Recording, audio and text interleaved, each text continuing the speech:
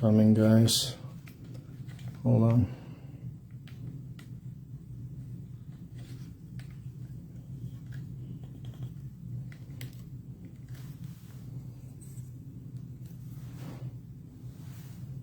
Okay.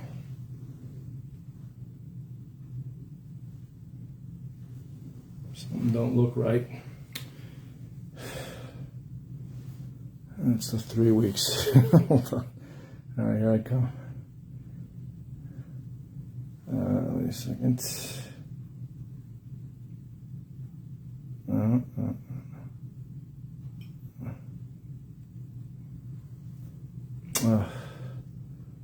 Boy, oh boy, oh boy.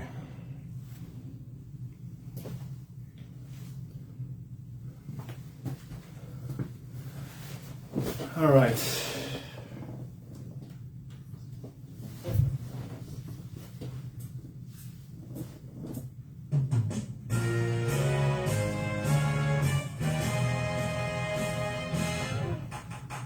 Ladies and gentlemen, welcome to the Truth Seeker Show. The show that is specifically designed to help us to fulfill our life purpose in this world properly by giving information, motivation, pleasure, and healing. I am your very humble host for the evening, Rabbi Eliezer Karp. So get ready for a whole lot of truth, given with an enormous amount of love, with the intention that we should please our Creator. That's the main focus. We should please our Creator and help Him by fulfilling the purpose for which we were created, for which He created us. Fulfill that purpose for which He created us and make Him happy and glad that He created us. Hold on one second. I don't see enough light in the background. Hold on. Let me just... it's like orange and with a dark orange. That's a wild type of orange.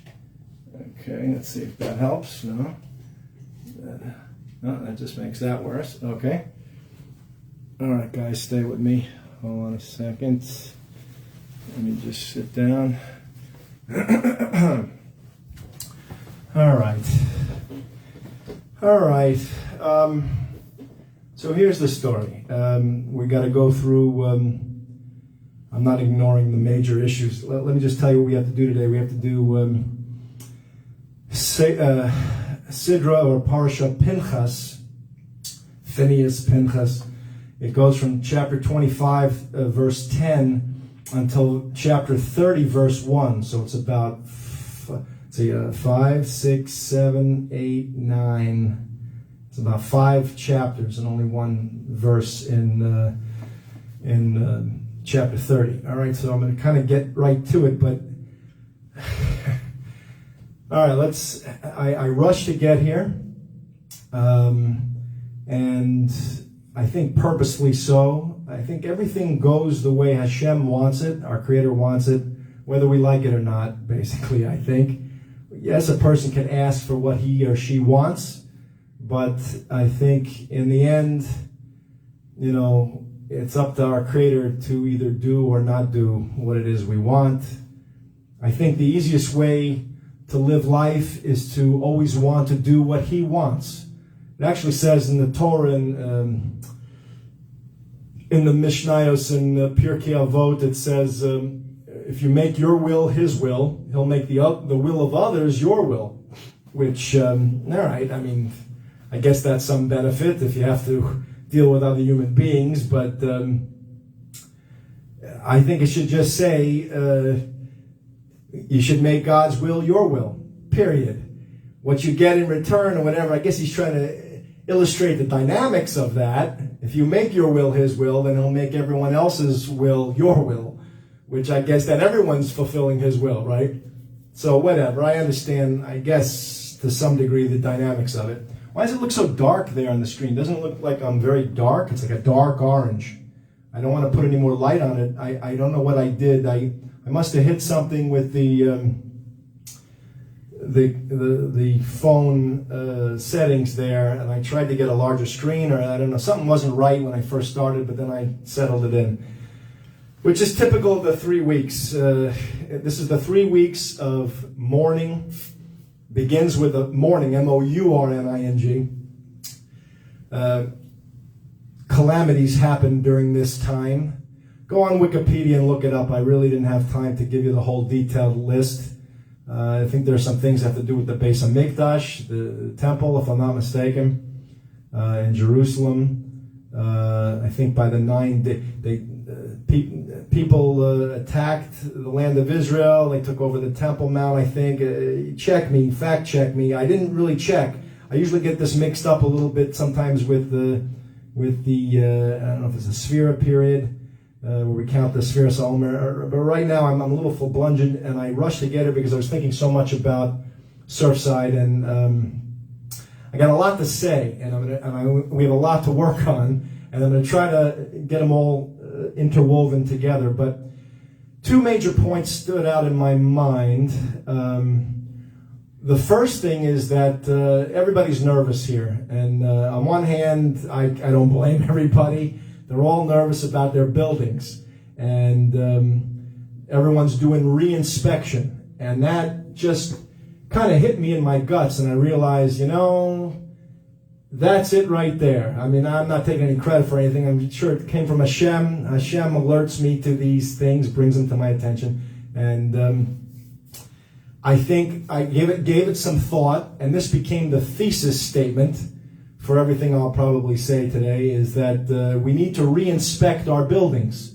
Not necessarily the physical ones in which we live, but the spiritual one we're building for ourselves by living every single day in the world. We need to re-inspect what we're building with our actions. What are we choosing? Are we choosing right actions and living properly? Or are we choosing wrong actions and building a weak building that could collapse at any time and, God forbid, kill us? Chas v'sholom b'li ayin hara. Mercy and peace without the evil eye that such a thing should happen. And I think that's the bigger picture. And I came to a lot of... I also want to speak softly because I know there are people who are literally mourning and in dire anticipation. They're in a mode of... They're fighting for their loved ones and dear friends' lives. And I understand that. And they need to be handled with kid gloves. But also, let me hold that also for a second. There is something in the Torah that says when we get to Eov, to Job, the story of Job, you don't tell somebody about why they're suffering when they're suffering. It's just not, it's not a proper way to go. However, I'm going to somehow try to balance what I have to say with that very strong point from Job, and also with another strong point that I'm trying to save lives here. What you're going through with these towers, what we're all going through with these collapsing towers, I go through every single day of my life. I was talking to my brother about this. I mean, I made a decision about, I must have been 35 to 40 years ago. I don't remember when. I'm 55. Had to have been about 25 to 30 years ago. I made a decision. It may have been something that I heard, maybe Rav Noach Weinberg, I studied at Eshet Torah. He may have said you have to, I don't know if he said it, if a person's not fulfilling the purpose of life, it's a tragedy. You have to be completely devastated by that and act on that. It's an urgency, it's an emergency. So I decided a long time ago I was going to live with that as the reality, and that's the emergency. And I've lived with this every day of my life since I made that decision. And I'm sure it's ticked off my family a lot and made them uncomfortable. And I've been kicked out of the house many times, sent on my way. And I know how it feels to be homeless. I lived in my car for a long time. I love my family. I have great parents. I have a great brother. But we're not all on the same page as to the purpose of life and whatnot. And it sometimes causes heads to butt and causes friction. So I'm letting you know that. I'm also letting you know, you Surfside people, just to let you know, I mean... I want to speak very gently, excuse me. I'm a little fired up because I ran here to get here and I was 15 minutes late. I'm sorry. Forgive me. Actually, I'll say, I don't know how relevant it is to say, and I don't want to embarrass the person or anything. I'm not going to mention their name, but one of the illustrious mayors of Surfside was one of my dear teachers. I love all my teachers, but when I was in junior high school, I think it was my social studies. He was my social studies teacher, and a very fun guy, and opened my mind up to a lot of things. Very comical, very open-minded guy, very down to earth, strong-minded, strong-willed. Taught me a lot. I watched a lot. I learned a lot watching him. A while back, he wished me a happy birthday. I appreciate it. But I mean, that was back in. I went to junior high. I think it was. I went to high school 1981 through 84. I think it was. I went to college from 84 to 88. So had to have been in junior high like 77, 8, 9, right? I would think. So, and then I've known a lot of people in Surfside that have lived there throughout the years. I've met sporadically, whatever. I've played a lot of gigs in Surfside. I've been in a lot of hotels in my life, playing gigs in hotels, and a lot of questions. I have a lot of questions. Are we supposed to live in buildings? I don't know.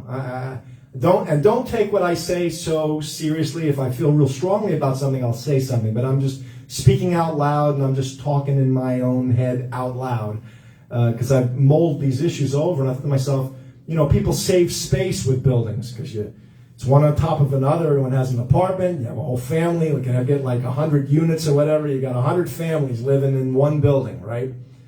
I'm very low budget, and I once made a bookcase. I still use it to this day, but it's made out of milk crates. And I took these milk crates and I put them on top of each other. I kind of designed this. It's no big deal. I'm not a civil engineer. I try to be a logical individual. I try to collect facts and find out what's the science of things, but also there's a greater science going on. There's our Creator. I also want to make one other mention, that Eliezer, that little girl, I guess she's 12 years old or whatever, that made a mark on me. The story of this new mayor, I guess, my teacher was way back, I guess, in the 70s or whatever, 78, 79 or 80. He was the mayor of Surfside, whatever. Anyway, but this new mayor, he made such a point about this young girl, and I started thinking, and all she was doing was praying to God, right? Reading, maybe she was reading Tehillim like we read the other day. Say the Tehillim with me. Go to the recording I made on my Facebook page. It's on YouTube. It's on Twitter. Go there and say Tehillim with me. Just say it. Repeat after me. It's only 3 things. It takes 15 minutes. I give a little background on it. Not too much. And it's not a long thing. But you'll be able to pour out your heart through the words of David HaMelech, through King David's words. And you'll be able to do something constructive for everybody. I mean, look, I got to mention the things as they come to mind. These workers, these search and rescue people are working so hard, man. I'm watching them. One guy was moving so fast. It's like he had a speed demon in him, and he just wanted to get things done. He was trying to save lives. I could see the passion in him. He's cracking cement. He's moving things. And they're all like moving and working together. They got that line, the fireman's line with the buckets. They got the thing that makes the cement go down. They got all kind of technology and sonar and this and that. I even heard our previous, who was that, the governor, I think, of Florida, not Governor DeSantis, but was that Rick Scott? Who was that? I forgot who it was. But I think he mentioned so quickly, and they had to go to a meeting. I think the president was speaking. But he said, we have special technology that they were using. I caught it and I was like in chills. I was so moved. I mean,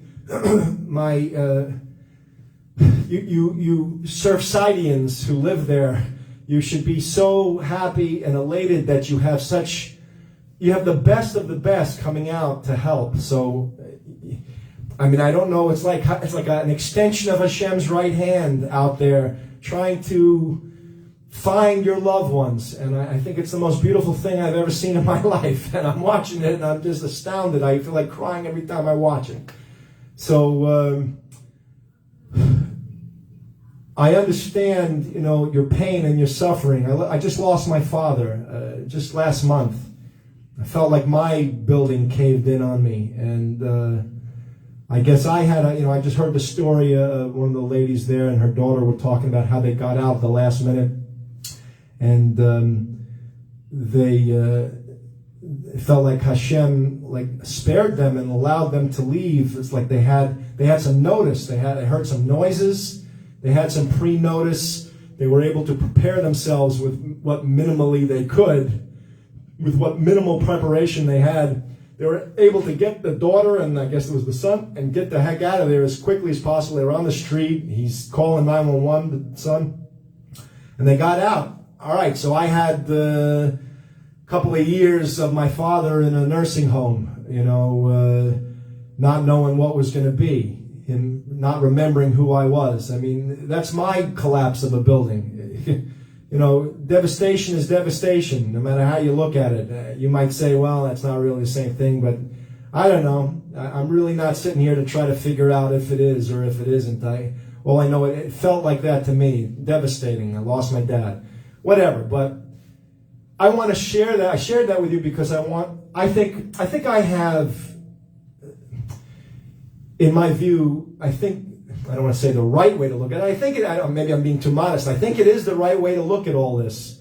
And I know it will help some people because maybe you're here, and I think I got the level that's up here looking at stuff. I mean, I think my dad's death didn't bother me as much because I view myself as a creation by the Creator, and I know a lot of you have this view, but you need to get kicked up a notch because maybe it's easy to get sunken down, start living in buildings with pools and stuff, and start to, it's hot down here in Florida. A lot of my Jewish Orthodox colleagues moving down from New York, they wanted to get out of New York. I guess they didn't like the COVID situation or the rules of COVID.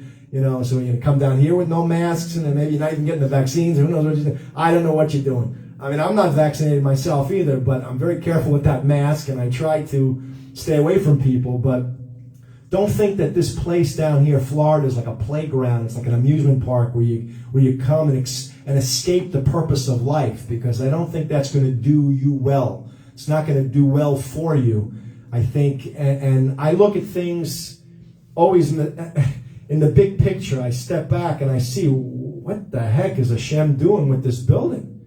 I mean, look, the bottom line, you could sit here and talk to me all day long. I'm a very open-minded guy. I'm into science. I'm into everything. I'm listening to the civil engineers, the other engineers, the constructional engineers, I forgot the name already. But the doctors, I'm listening to everybody, the scientists. I'm hearing everything you say, okay? Yeah, I can agree with a lot of that stuff. You move down by water, and water is rough. Every time I'll give you a little barometer for something. Me and my mom used to go to, we'd hear concerts over in Hollywood. They have a band shell before the Jimmy Buffett. I grew up down here, by the way. I was born in New Jersey, and then we moved down here when I was about 7 years old. I think I was 5 or 7. My brother was maybe 2 years old. We're like a 5 or 6 year difference.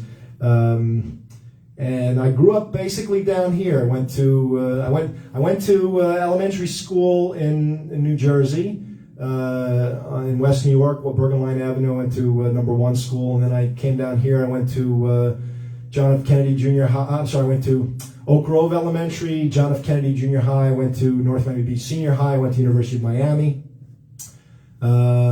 I've traveled all over the world. I've seen a lot of stuff in my life. I've played a lot of parties and buildings. I've noticed stuff. I mean, my dad always told me, Larry, you can always know a place by its bathroom. He used to tell me this. So I'd go into a bathroom to check out how they look, Some bathrooms were beautiful. You'd live in those bathrooms. They're so gorgeous, like a suite, And then other times I've seen some shabby looking stuff. So I know, okay, if they're not taking care of the bathroom, what else are they, whatever. But that's just, I'm just giving you insights from my dad, some wisdom that I've learned. Anyway, so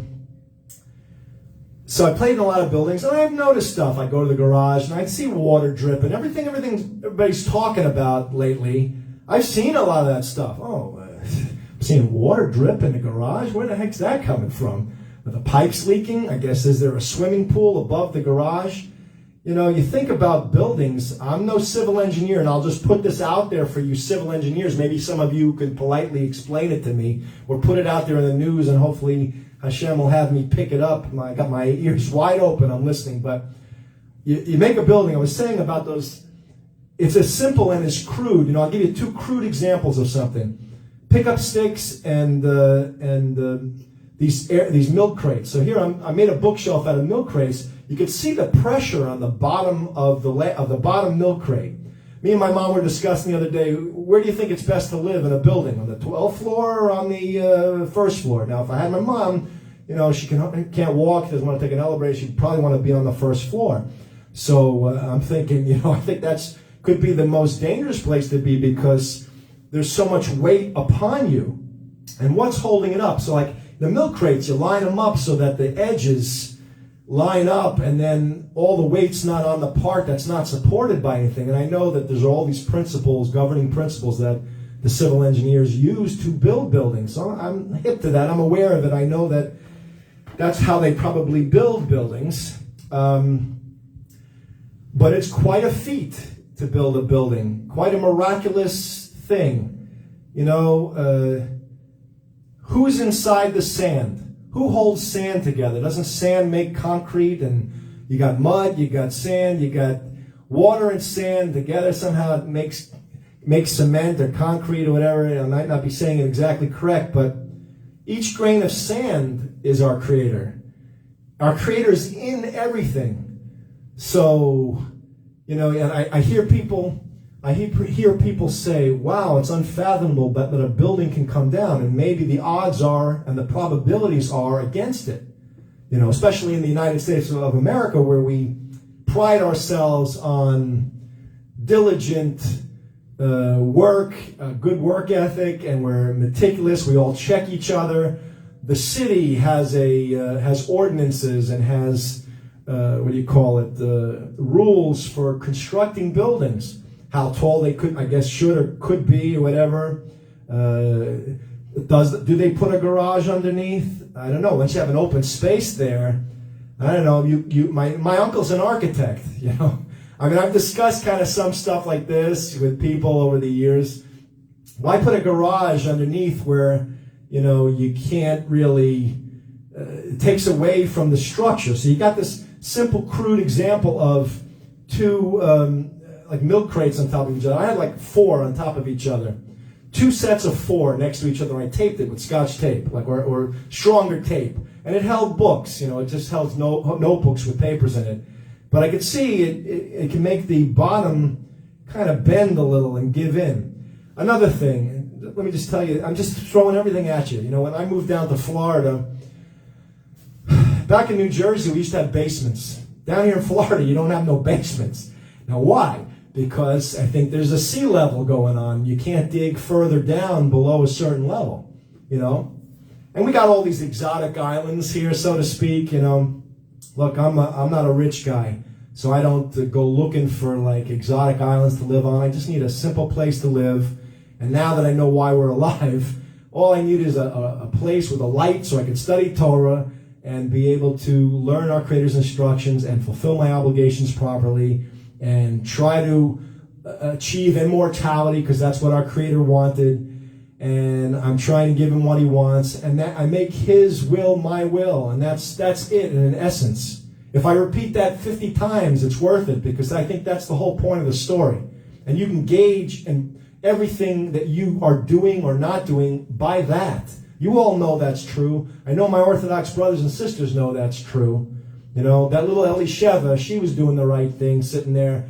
She's talking right to the boss. You guys are digging out this, doing that, rushing around, panicking, blah, blah, blah. Okay, fine. That's all well and good, and it's also important. It's the ishtadlos, the work that you have to put out. But she's doing her ishtadlos too. What can she do? She's not going to be carrying cement, yet she has an appointment with the Creator of the universe. Just reading to Him her most purest supplications. Where is my father, or where is my uncle, or where are they? You know, help me, Hashem, please bring them back to me. If this is your will, then make it easy on me. Help me through this, because this is a devastating trauma. This is rough. It's not the norm. It's not what I'm used to from day to day. So she's doing what she was trained to do. She's reading in the Chachamim. The wise men have formed the siddur. I think Ezra. I think they made out the siddur of how it should be. It's probably all over the Gemara and different places, and then it was put together and made into a siddur. It probably comes from sources in the Chumash, the 5 books of Moses, which is what we're reading, of what Hashem, how He wants us to pray to Him, how He wants us to pray to Him and approach Him. So Eliezer is doing it. She's sitting right there doing it. What He told her to do. And the mayor saw that. He knows. He's chopping it. He's understanding. He sees the profundity, the profoundness in this young woman who knows what to do with her time. So I know you guys have to save lives. We have to save lives. That's the most important thing. So everybody that's working on the building, that are these search and rescue people, they're great. They're doing a phenomenal job. You should pump them with praise to keep them going, because they're in 12-hour shifts. And what do they have to go on? A little physical food or something, or the will to help us. The one mother there, the Orthodox mother, said, "I'm just a mother. I want my daughter back. What can I do to save my daughter?" And she was evaluating them, trying to give them a pep talk. She didn't know what to say to them. She's just reaching into her guts and trying to tell them, do something. If it was your daughter out there, what would you want me to do? If it was in my domain in my purview, in my source, in my realm, on my watch, what can I do to help you? Do the same for me. And I got that, and I appreciated that. Then another Orthodox woman after that she chimed in, and she said also, I guess she didn't want anyone to feel bad or whatever. I don't know. I don't want to read into her motivations, but she tried to say, "We appreciate what you're doing." You're something to that effect, and I remember correctly. All I know was a very complimentary set of comments. And you workers out there, don't take anything in a bad way. I think you've taken it in the most positive way. You're working so hard together as a team, as a unit. And you brought the Israelis in. Don't be offended by that. You can learn from their experience. They're constantly facing situations like that. We get this once every who knows what. God forbid we should have it ever again.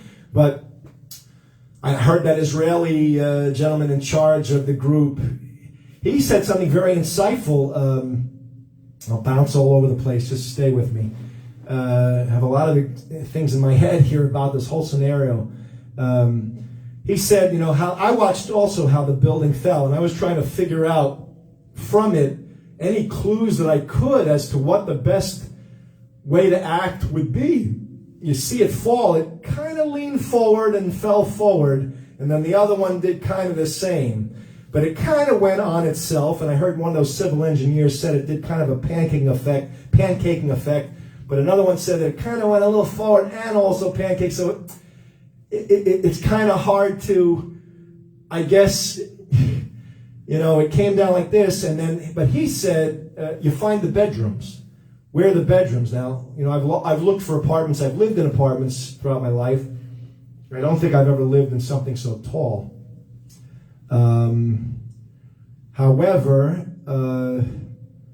I don't know if all the plans for each floor match up. Sometimes they don't match up. They put the bedroom over here on the first floor, but on the second floor they put it over here.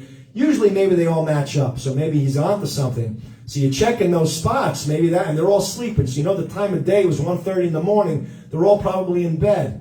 So look for those spots. I would think that's my gut feeling. You go for those spots. Follow that Israeli. He knows what he's talking about, I think. That's what I heard. But then I could be wrong. Maybe, it could be off a little. It came forward a bit. I think, unless the picture I saw or I didn't determine accurately from the picture, I saw a video, someone's cell phone video from across the street or something. Anyway, but this is the urgency. Let's get those people out of there ASAP, pronto. Let's do it. Work together as a team. Try to do it. Disregard any emotional comments. Use them as pep talks. Let them get into your kishkas, into your guts, and make you put forth all your effort and do it. We need you. We need all the pros. We got 3 major teams down here in Florida that are great at this kind of stuff. Thank God they're here. And then we've got the Israelis and the Mexicanos. They're here. Everyone's trying to work together. Let's do it. Let's do it and save these lives. Now, meanwhile, the families of those loved ones, if I were you, I'd be praying, I'd be studying Torah, and we're going to study Torah very soon, and you'll see that Torah heals a person. Because in the end, you got no say, I got no say on anything. It's all Hashem. What He wants is the way it goes. We could pray till we've bled it from our face, from our mouth, but if Hashem doesn't want something, it doesn't happen. I mean, I'm trying. We put a little, go to the thing and say Tehillim with me. I have it on Facebook. Say Tehillim, all of you say Tehillim with me. It won't hurt. I put it in English. Try it. Try say Tehillim with everybody. Maybe each minion is bigger, or who knows what it is. You got a different person in there. Who knows what the effect will be. Try every combination. And what are you doing? Just sitting around worrying? If you're going to sit around and worry and then get angry at everybody, that's not very productive. So, someone told me my dad was about to die. My dad, it said it in front of my father, but, and my dad looked up. He said, my dad was like kind of out of it a little bit, like in his last days, he wasn't really talking too much.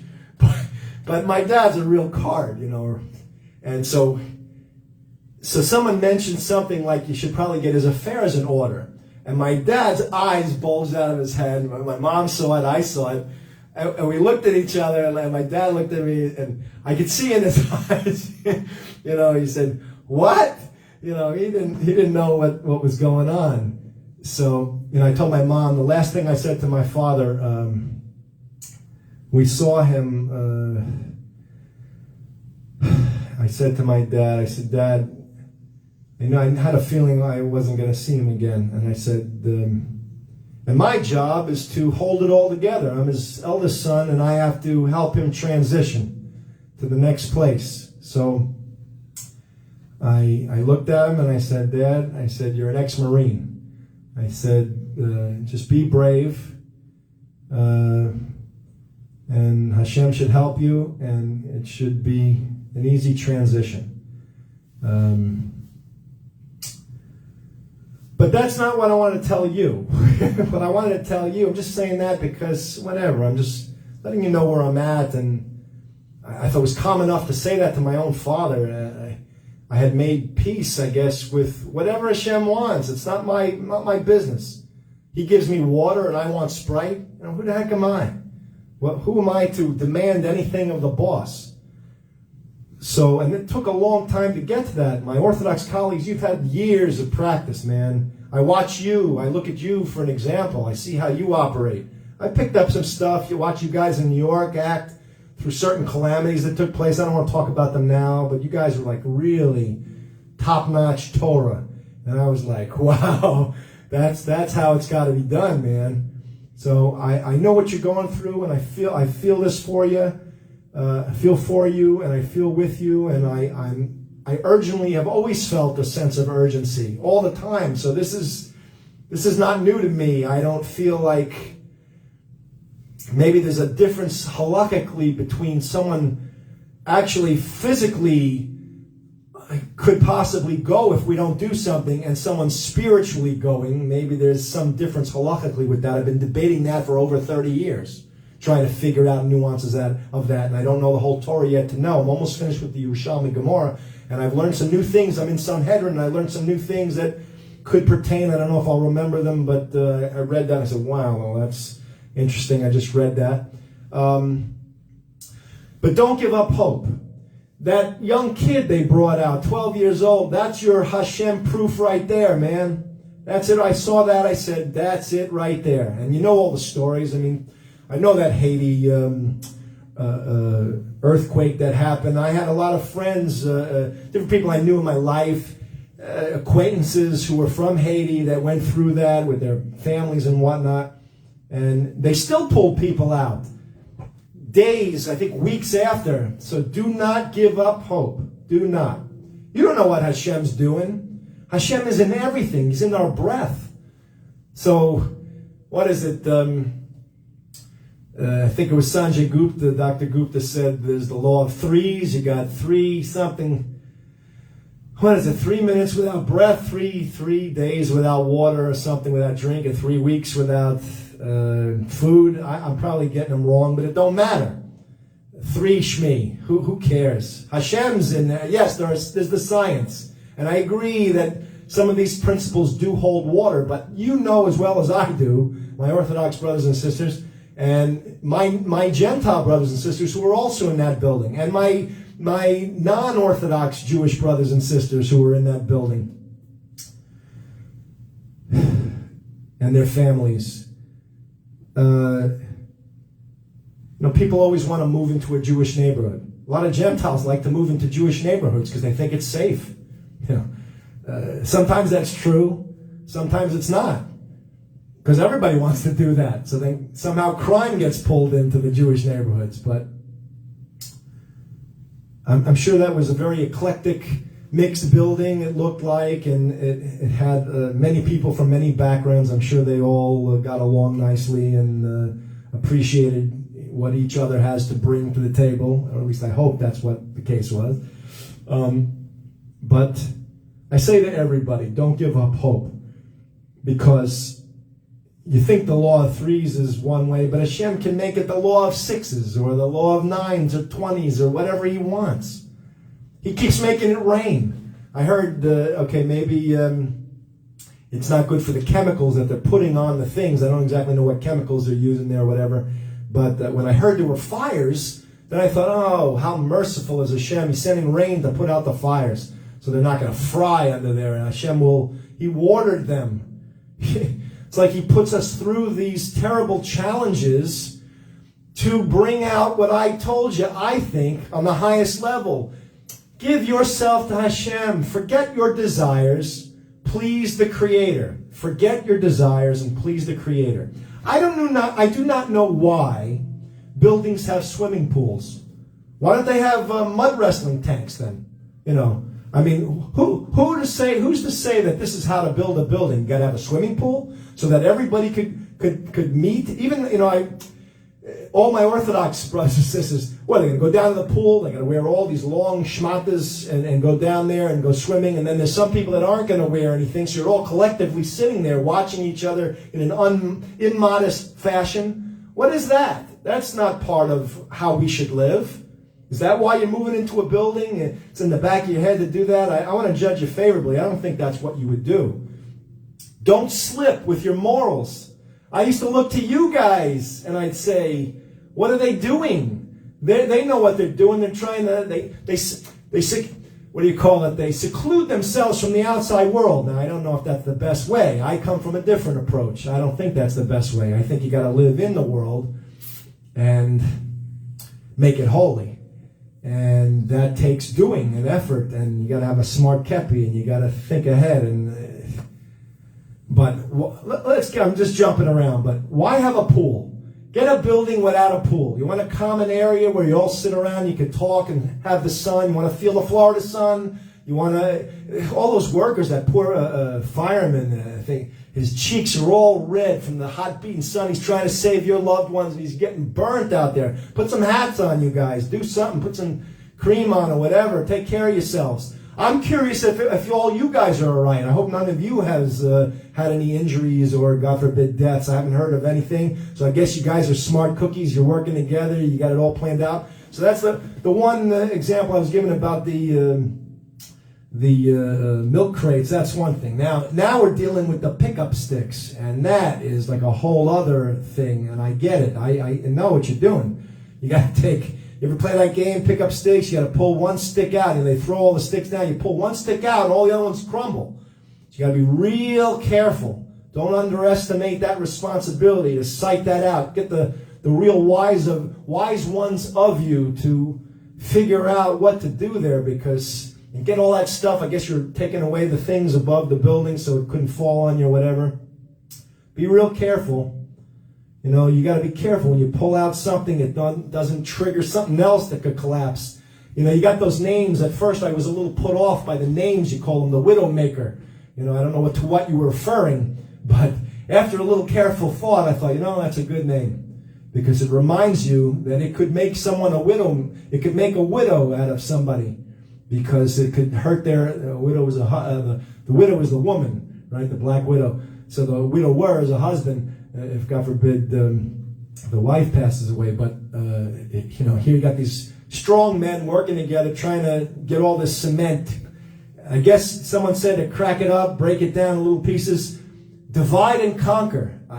That's always been an expression that stayed with me. My dad was an ex-Marine. You do the difficult now and the impossible later. Use it. Whatever you got to do. Make things easier for yourselves. Don't try to be a big shot. Don't try to do something that's too out of the range of human capability. We have machinery. We got technology. Look, and I might talk up there in the clouds a little, forgive me if you guys, are not with me on that level to talk that way. I'm not trying to be a big shot either, but this is where I'm at. This is what I think about.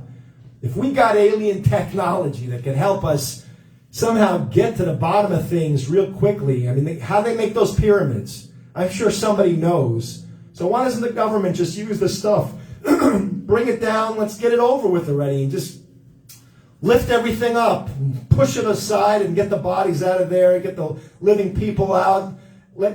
Hopefully everybody will be living. Maybe you guys have things that could give life to bodies that are not living any longer through this alien technology.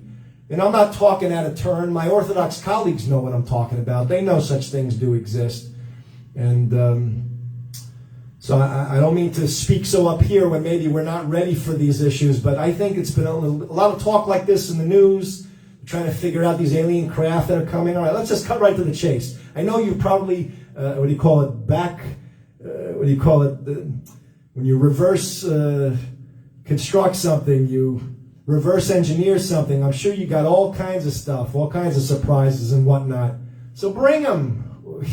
Maybe this is a good time to introduce them to the world. If you could save lives, you're saving lives. You're doing what our Creator wants us to do, is to save lives. So you're fulfilling a very big mitzvah by doing whatever you need to do in order to save lives. Because knowing that technology exists and you're not using it, for what? For the sake of national security? You weigh it out. I'm just giving you my push. If you're pushable, so take my push and do it. If it's something you can't push, then don't take my push, because I don't want to cause any national problems. You got deals with the aliens. I don't know what you got going. I'm not in the White House. I don't know what's going on there. I'm not privy to national security. The intelligence, the intel that comes in. I don't know. I just watch TV and try to figure it out and observe and try not to. There's people trying to give us the truth. The ancient alien people are on TV. They're trying to give the truth. So if you guys got stuff and it's not going to cause a major problem, so bring it and use it. You got people here who are dying, and I'm talking about the family members. It's killing them. So help them out if you could do that. That's another point. So be careful with the pickup sticks. You got to be real careful. That's what I'm watching, and I'm surmising from the whole thing. But I think it's beautiful how we're all working together, and Hashem has His reasons for doing everything. And but it's our job to put out the effort to try to do the right thing and save lives. Save lives first physically, and also save lives spiritually. Everybody's soul is important. We should all teach each other the purpose of life and try to fulfill that purpose properly. All right, I'm going to get right into it. Let's get into it now. And I know I have other things to say, but they're not coming right to me right now. And Hashem just stopped me on a dime right at 10 p.m. so that I could get right into the parsha. And I go with His lead. My mind was filled with thoughts, and then He put a floodgate down and just said, that's it. It's time to study Torah. All right, so let's get to Torah. All right, so now we're in the first text of our Creator's instructions. There's like 7 texts. Chumash, the 5 books of Moses. Nevi'im, the prophets. 3, the writings. The Mishnah. The 2 Talmuds. So that's 5 and 6. Then you got I put one codification in there, the Mishneh Torah, because the Rambam, I think, covers all 613 of the obligations. We're alive in this world to earn the life of the next world by fulfilling 7 obligations if you're not Jewish and 613 obligations if you are Jewish. And we should all try to fulfill the 10 steps to immortality. Don't waste time with your lives. Don't waste your lives partying in these buildings and hanging out at the pool. You should be studying Torah and fulfilling obligations. That's as clear and as clear cut as I could see it. That's the highest level of truth I could give you. There's always exceptions to every rule, but as a general principle, you should be using your days to learn the manual, learn these instructions, and fulfill the obligations with your whole heart and soul. Giving up your desires. Forget your desires. Do not follow it. Obligation 387 for us Jewish people. And you Gentiles should know this too, that Hashem makes a point of it. Do not follow after your eyes and your heart after which you stray. Period. Forget the swimming pools. Gonna waste time playing ping pong and billiards when you could be learning Torah? Each one of you could be a Torah scholar. I don't like that. Some of you guys try to play dumb, like you can't. Oh, I can't study Torah. Torah study's not for me. Oh, come on, man. That's not truth. That's not truth. If a 3-year-old kid can understand stuff, why can't you? I don't get that. So don't look for excuses. Don't come down to Florida thinking you're okay, fine. I even told people to come down to Florida. I thought this would be a great epicenter for a nice big Jewish community. I hope we have enough room. But if we have to stay here anyway. But why go through the cold weather of the north? I said that. I know I said that. However, maybe I didn't make myself clear. I mean, I should add on what I'm adding on now is that we're here to fulfill the purpose of life. I said be in an environment where it's conducive and at least comfortable and bearable to fulfill the purpose of life. Hashem, it says in the Torah somewhere, Hashem doesn't overbear his people or something to that effect. Right? So don't come down here then switching into your shorts and your Izod shirts, thinking you're hot stuff, hanging out at the pool, going to the beach, go South Beach, you get thinking you like hot stuff, you don't even wear the kippahs anymore, but you got a beard, long beard, no kippah, you're hanging out, having a great time. Come on, man. Don't do it. I look to you as an example. Don't make me have to be the example. I'm trying to do it right now. I lived here and I'm still living here. And in spite of all that goes on around me, I'm still going to keep the Torah. All the more so, I'm going to try my best. My first obligation is to save lives. And I know that my study of Torah could save lives because I always knew I'd be doing something like this. Teaching and sharing Torah and helping people find the truth. And I know that I can. So I guess I have to then because I know I can. If I knew I could find a cure for cancer, then I guess I should. That's not my gig. Maybe that's Dr. Gupta or Dr. Fauci or one of those other guys. That's not my gig. This is my gig, to learn Torah, to make everyone and be a model of how to keep the Torah properly and to exemplify it and to explain it properly. That's my thing. So I put other mitzvahs on hold. That's why I loop out of them. I use a loophole to save lives. I've been doing that for 30 years. I've had times where I've done other things. I know how to do other things. Just because I don't do them doesn't mean I don't know how. So don't think you're going to, you're dealing with some novice. I know stuff you probably don't even know. But whatever. In its time, it'll come out. But my point is that I realized that urgency 30 or some odd years ago, and I've been acting on it, and I'm still acting on it. The only one that's keeping me from succeeding at finishing all Torah is him. Not me. I'm doing the best that I can. And I know it's him. Because he puts stuff in my way. Just to show me that I have other reasons to believe too. But I'm not going to go into those now. But that's the point. Okay, that's the first point. Is that I know that he's in charge of the world. And my goal, though, is to make him happy. I'm doing the right thing to save lives. But I have to make him happy. I think he should follow suit. Save lives. I know you're a little new to this saving lives business, so I'm trying to give you the wealth of my experience at this. You can't force a square peg in a round hole unless Hashem wants you to. You got to figure a way to save these lives in the right way. And don't waste time, and don't get angry, and don't, unless it's going to help you save lives. But if you got to give someone a pep talk and you want to use anger. You know, it says in the Torah something, you don't get angry at a child. You use anger to discipline them because you don't want them falling off a cliff, so to speak. And no pun intended. Oddly enough, that such an analogy should come to mind here. But you got to save somebody from falling off the cliff. How do you do that? You got to use anger sometime and pour out your heart and soul. Guys are doing great. I'm watching. I ain't got no qualms. You know, I'm not trying to pick on anybody. I more power to you. I'm just trying to encourage the things I've seen that are great and try to get you out of the doldrum. I don't want you to be depressed, and I don't want you to be knocked out of the game. It's not your game. It's Hashem's game. It's His game of life. We play by His rules. You don't make the rules here. He does. If you're a wise person and a tzaddik, a righteous person, maybe you have the power to ask Hashem for something. But when you're at that level, you don't want to step on His toes anyway. You don't want Him to do anything He doesn't want to do. Because a real true tzaddik would want to please Him and make Him happy.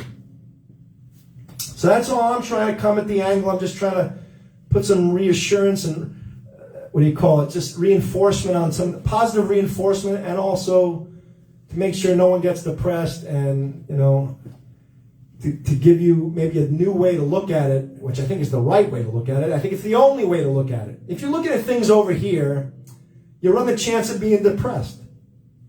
If you look at things up from over here, well, then, you know, I just know from my own experience. Should I even go so far as to say, you know, I had a counterfeit $20 bill that someone gave me, and I could identify with Mr. Floyd. And I even said, I think Hashem did that to me so I could identify with that scenario. Now, that's a pretty wild thing to say. I mean, I had to look ahead. I didn't see that when I had the counterfeit bill on me. And I looked ahead, and when it finally happened that scenario came, I could see in the back of my head, wow, Hashem did that to me so I could understand how He felt. Whatever. I also think to myself, it's just between me and Hashem and me and my dad, but I think Hashem put me through that with my father, so I understand how some people feel. I mean, I'm not going to complain. It's His world. Am I at a high level? I hope I'm at a high level, because I hope I'm not insensitive. Hope I'm not feeling stuff that maybe I should feel. I love my dad. I loved my dad. I continue to love my dad. I miss him. Hashem prepared me for such a thing with the nursing home, the whole 9 yards, but it still feels like towers collapsing on my life, but whatever. Anyway, so let's get to work. So I was saying, and then the seventh text would be the codification of the Rambam, which is Mishneh Torah, talks about the 613 obligations. I said there are 10 steps to immortality. Try to fulfill those 2. Any Gentile could convert and become Jewish and take on the 613. Whatever you feel comfortable. Maybe you Gentiles feel you just want to do the 7 laws of Noah, and that's it. The 7 obligations. You got off easy. I don't know who your lawyer is, but you got off easy. I make that joke all the time because I don't know how it's almost, what do you call it? Not ironic, but it's just, He gives us 613 obligations and gives you 7. I mean, what kind of a comparison is that? 613 and 7. All right, so you want to just do the 7, so you got off easy. All right? Jewish people cannot convert out.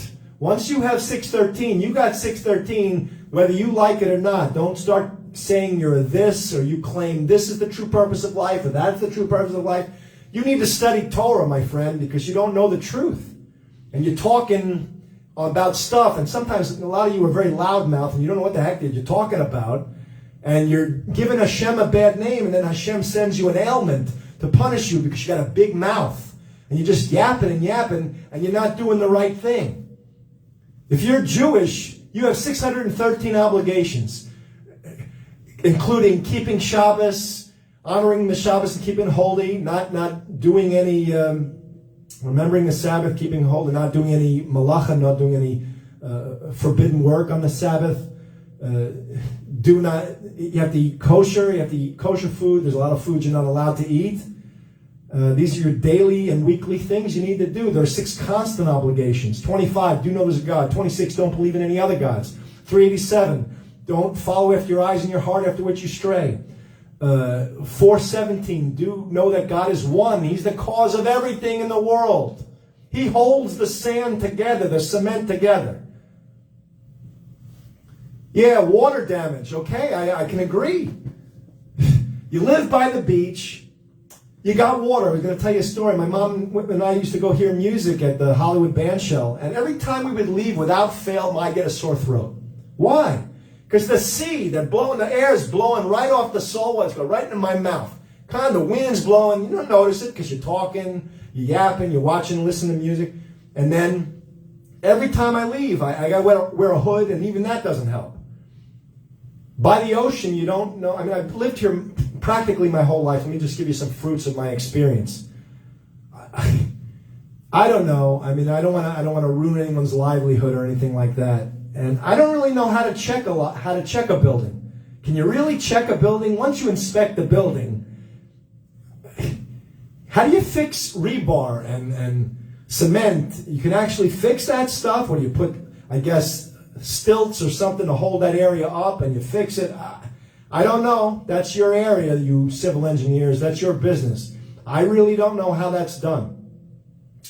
I think it's a big enough deal living in a 2 or 3 story little thing. But a 12-story high-rise, my mom drives by, we look at these buildings, and my mom, in the past, she would say to me, "Oh, wouldn't that be so nice? We'll live in one of these high-rises, right?" Wouldn't that be so? I said, not necessarily. I was thinking of it in a different way. How am I going to get to 95 fast enough so I can get to a gig when you got all that South Beach traffic or that North Beach traffic? You know, how am I going to get to my work, whatever? I was trying to think practically back then, but I was noticing stuff, but I never got alerted to it until just recently. But I don't know. I had a lot of friends that live in these buildings on the ocean. You know, no offense to them. They think it's nice, and they think they're living the hot life, a high life. If you're not fulfilling the purpose of life, then I don't know what you want to call your life, but it's missing the purpose of life. You got to live the purpose of life and fulfill it. So I don't care where you live. If you have to live in those buildings, that's your business. But I don't know. Me personally, yeah, it's nice to be on the beach, but you're constantly facing the elements. Right off the ocean, it's blowing. You've got these hurricanes. They come in. Got to get these windows, these impact windows, and I don't know how well they are. I don't know. I don't want to cast a lot of doubt, but I have my doubts. I mean, I'm not a civil engineer, so I don't know. Correct me. Set me straight.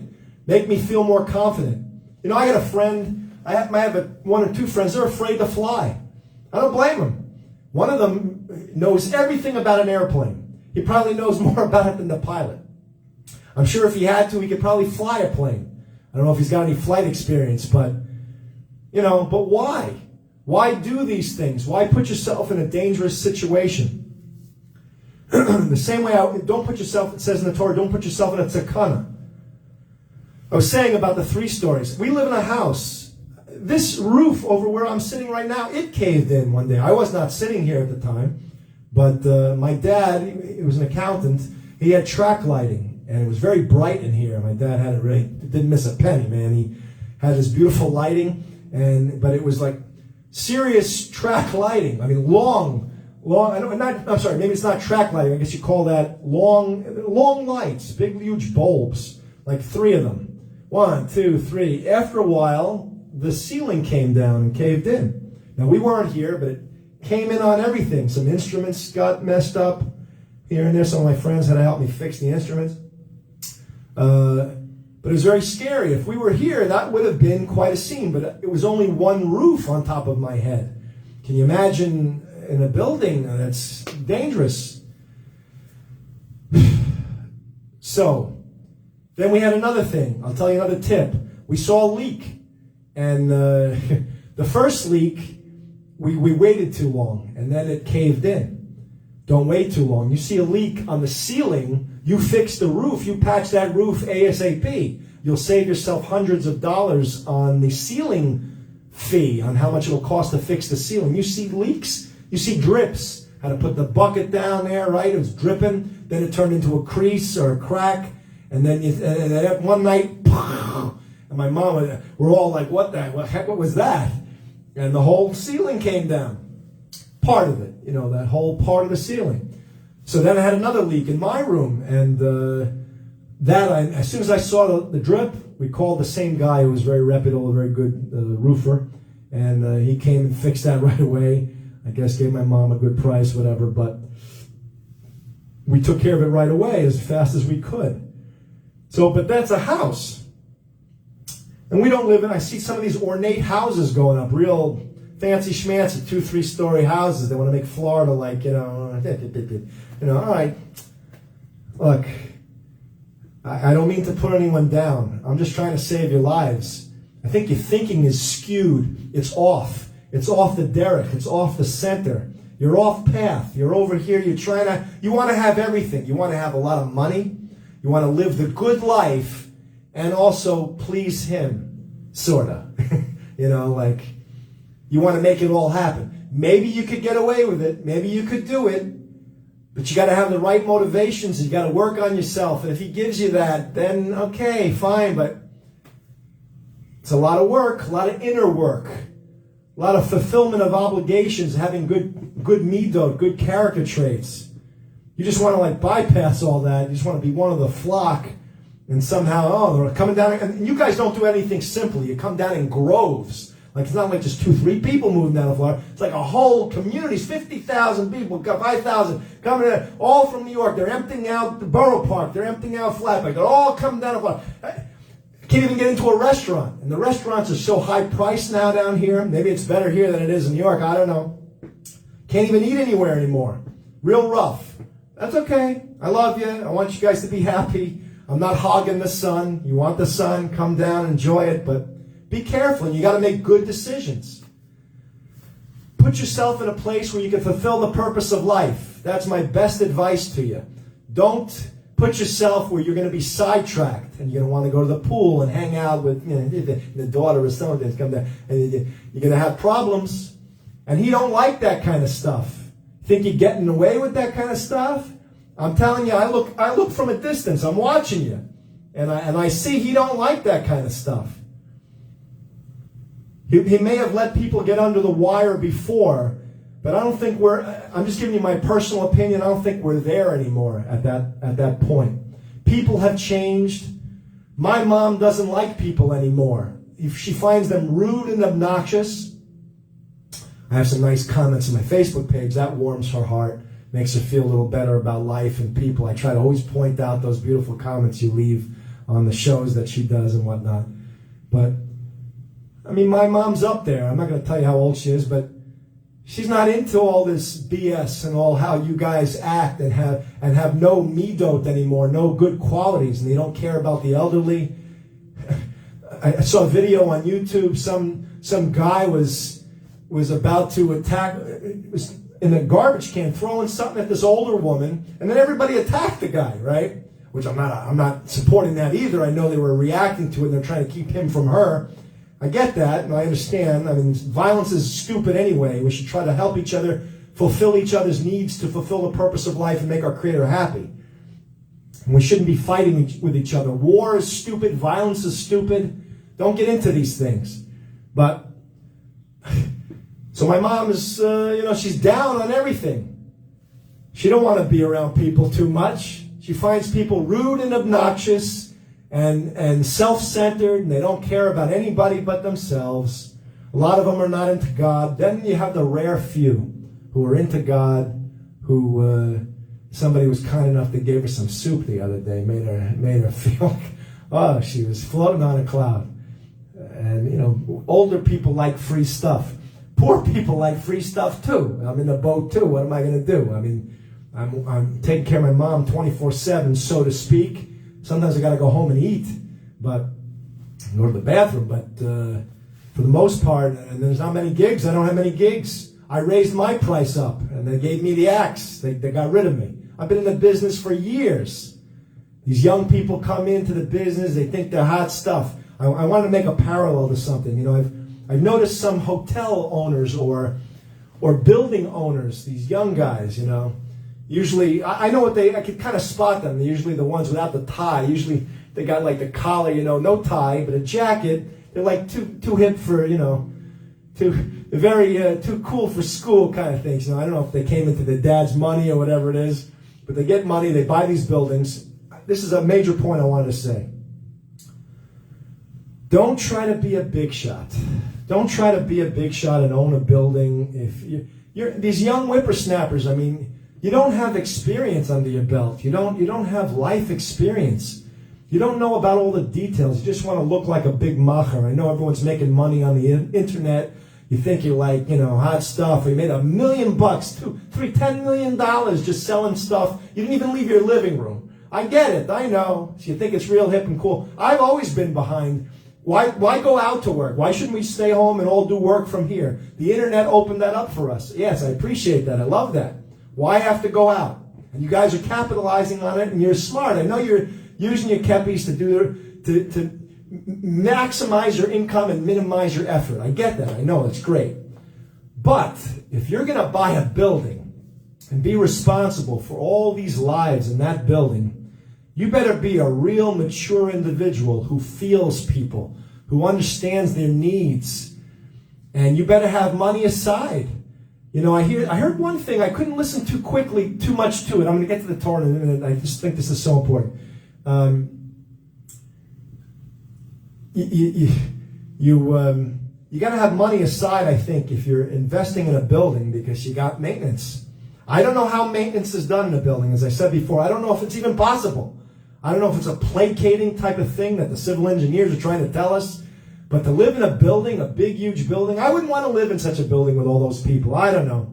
I go back and forth. It has its pluses, but it has its minuses. Maybe I'm not in a headspace where you guys are. I don't know. But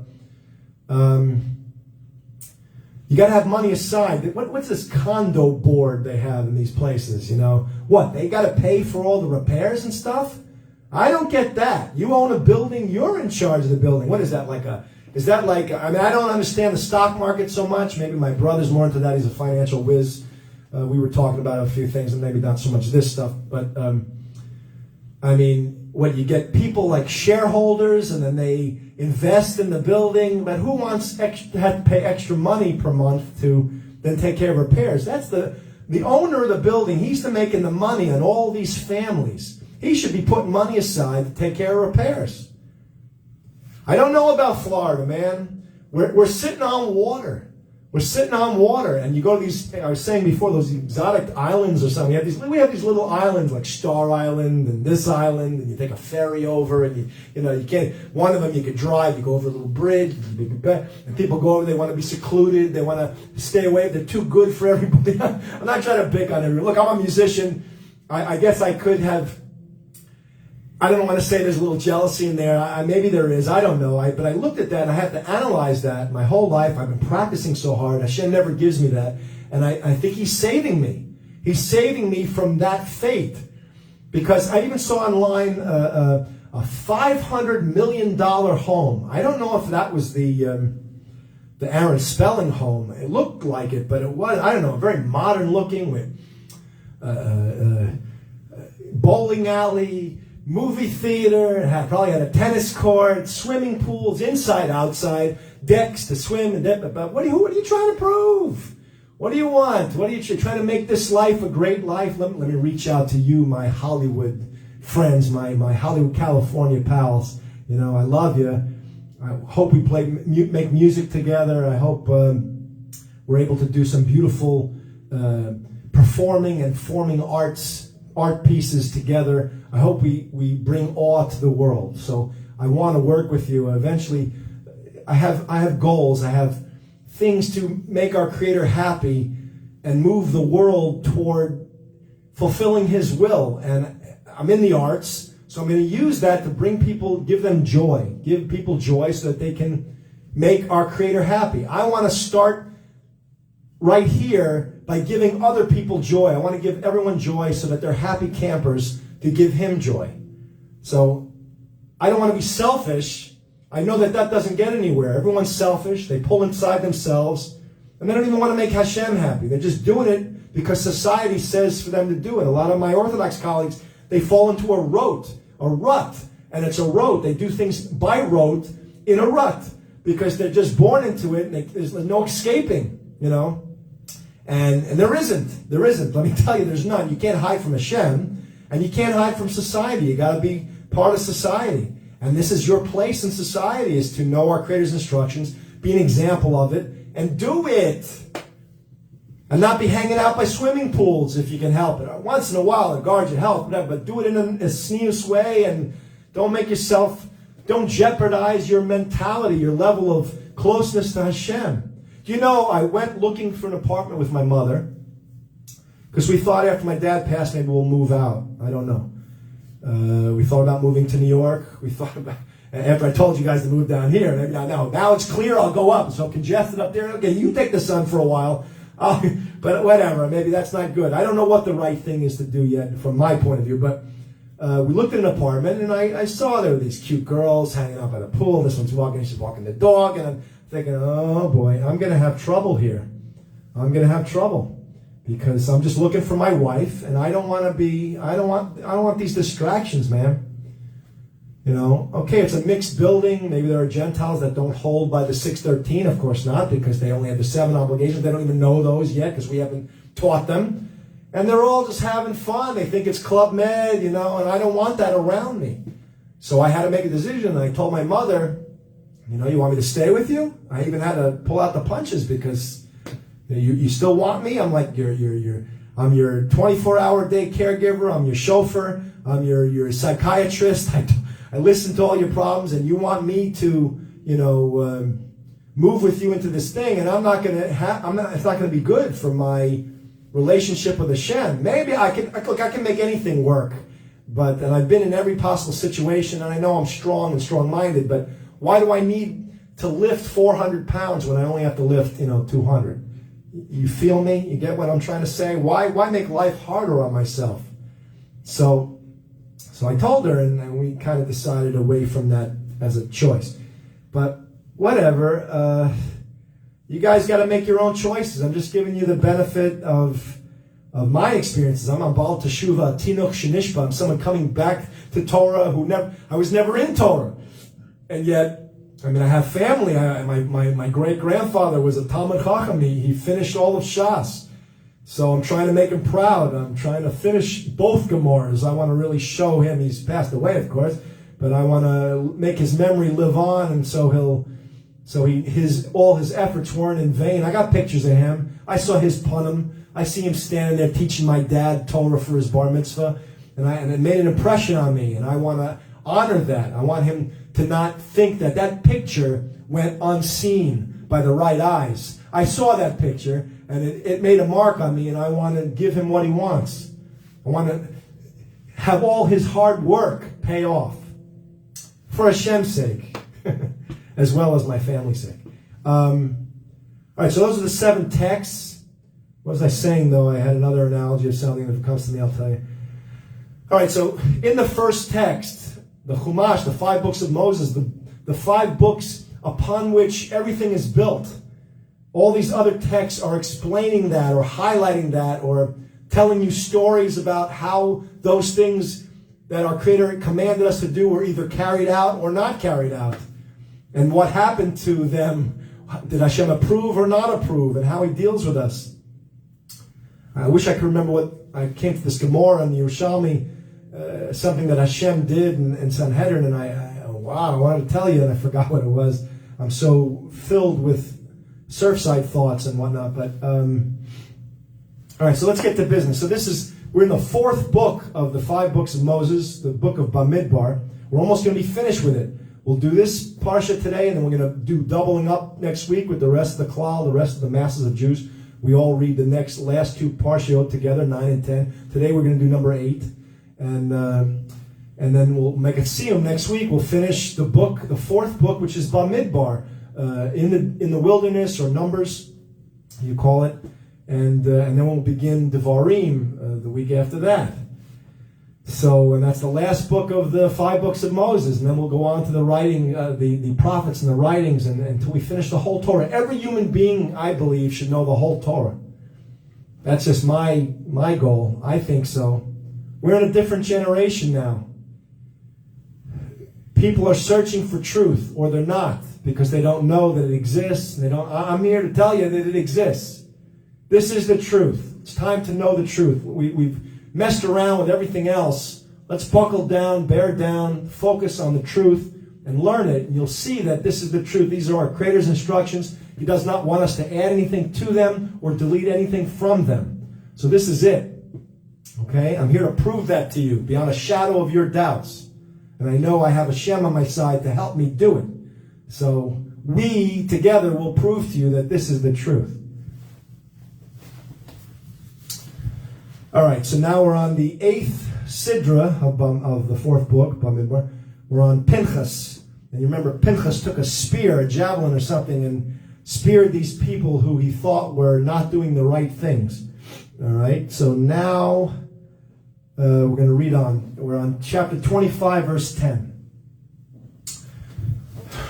Even brought in my special red pen so I don't get lost in these 5 chapters because I didn't want to slow you down. I brought the red pen as a chesed to you because I don't want to have to reread something and you guys get mad on and Larry's reading it again. I'm trying to do the right thing. Reinspect your building. What are you building for the rest of your life? Are you doing the right things? Are you making every action an obligation fulfilling action? And you're fulfilling the 7 obligations if you're a Gentile and the 613 obligations if you're Jewish? Are you making all your actions fulfilled with the 14 steps to holiness and helping people? The Ramchal's book, Rabbi Moshe Chaim Luzzatto, who wrote that book, the Path of the Just, Mesilat Yesharim. Incorporate those in how you fulfill obligations. Should be righteous, saintly, and holy. Are you doing that? It's like you got to get the rebar in there with the cement around it just right. You got to make sure you plan not to put the pool next to this or else it leaks, and then you got cement. It's like a cancer. It gets into the cement with all the other factors of the beach hitting it, all the water from the ocean, all that from the air, and the salt, everything hitting it. And then we're not even on such sturdy ground, maybe as it is, on top of water. And I got a friend who's a lawyer. He deals with edifices that are like, what do you call them? Word, not antique. It's a monument. I forgot the word. It's when a building's been around for over 50 or 75 years, it's a landmark. It's a national landmark. I don't know. I haven't talked to him about it yet, but it was on my mind to maybe give him a call. But I don't know. We live in Florida. You got to be careful. I'd move west and move inland. Whatever. We're still on water. You got patches of water all over the place. Just be careful. Check out stuff. Don't be a big shot. Oh, so I was saying, these young big shots, you buy a building, you got to take care of your people. You own the building. I want you to make profit. You should want to make profit, but you got to look out for everybody, and Hashem should bless you. You make sure everyone's safe and sound, and I pray that Hashem should bless you, that you should have what you need to take care of yourself and your family, but you're doing a big endeavor. Here, let's say I do my my 5-hour gig, and I'm able to support my family, and you own a huge building, and you got 100 units, and you're making such a such per month, but you got 25 million in repairs, or 15 to 25 million in repairs. So here, you're working this hard. You're not learning any Torah, right? Because you got no time. You got 100 units to worry about, right? You got managers, you got this, you got to oversee this, you got the kosher dining room, you got the pool deck, the laundry room, the garage, and so much headache. What the heck, man? Why do you need some? And I go and I got my own headaches, but I got to worry about all my decisions. But in comparison, you're doing this, and then I'm doing this. Are we walking away? What if we're walking away with the same money? And you're offset by $25 million. You got to do repair. So I got to do this, and okay, I only made a couple of hundred, whatever. But you, in the end up with this.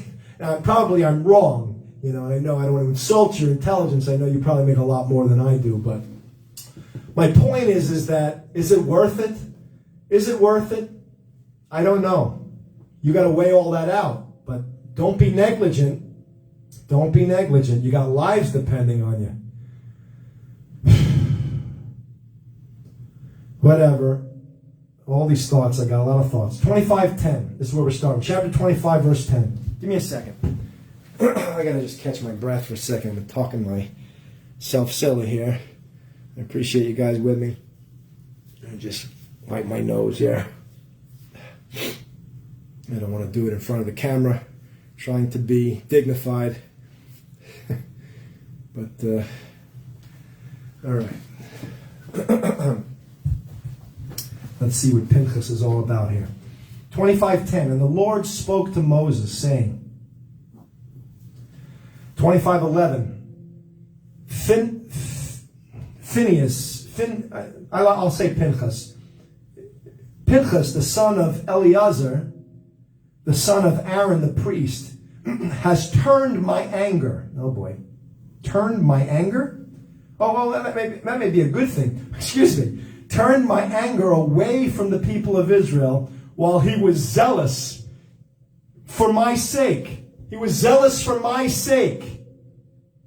Among them, he was zealous for my sake among them, that I consumed not the people of Israel in my jealousy. Okay?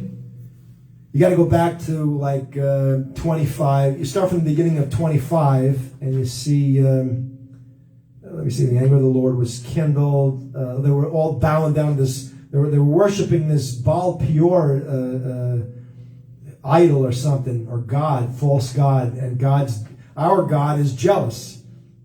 The God, Hashem, the name, is jealous. He don't want us worshiping his creations. He wants us worshiping him. So, what happened here? The anger of the Lord was kindled. This is back on 25:3.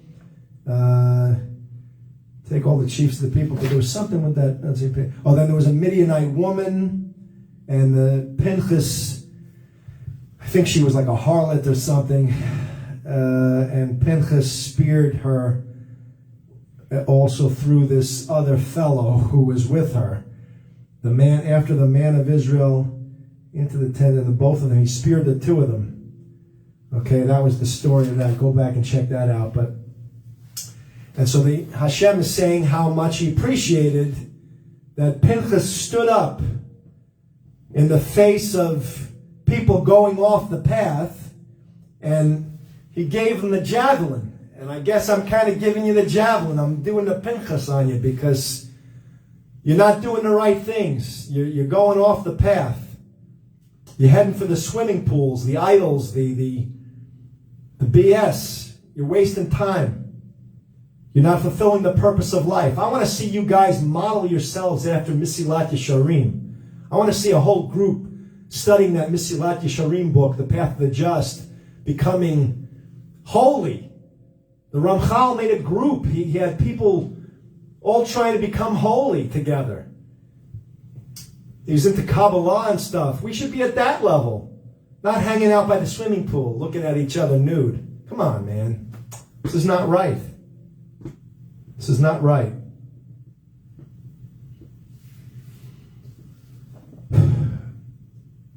$25:11. I'll read it again. $25:10. And the Lord spoke to Moses, saying, $25:11. Pinchas, the son of Eliezer, the son of Aaron the priest, has turned my anger away from the people of Israel, while he was zealous for my sake. He likes people doing stuff for his sake. Among them, while he was zealous for my sake among them, that I consumed not the people of Israel in my jealousy. 25:12. Therefore, say, behold, I give to him my covenant of peace. One of my good buddies from camp mentioned this to me, I think. I didn't remember this, but he was right. I give him a gold star for knowing his Chumash. Very nice. 5 books of Moses. Very good. I think he said this to me. My covenant of peace. Right? Therefore say, behold, I give to him my covenant of peace. 25:13. And he shall have it, and his seed after him, the covenant of an everlasting priesthood, because he was zealous for his God and made an atonement for the people of Israel. Okay? 25:14. And the name of the Israelite who was slain, I have it written here twice. I don't know why it's a double, like who was slain and then who was slain. I put 3 question marks, so I wasn't sure why that. Who was slain with the Midianite woman was Zimri. Okay, so this Zimri was slain with the Midianite woman. The son of Salu, a prince of a father's house among the Simeonites. 25:15. And the name of the Midianite woman who was slain was Cozbi. C-O-Z-B-I. Cozbi. The daughter of Zur. The daughter of Zur. He was a chief over the people of a father's house in Midian. Just because it came up, I'm going to mention it. Mr. Cosby, Mr. Bill Cosby, I used to watch you so much when I was a kid and everything. I know you get to a level like that. Look, I wasn't there. I don't know what you did. I only heard all the claims from all the women. And you don't get to a place of power and then use the power to hurt people and to take advantage of them just because you could or because you could get away with it. Be God-fearing. Fear our Creator. Know that He's breathing down our necks. If you have a bit of power, you use it for good.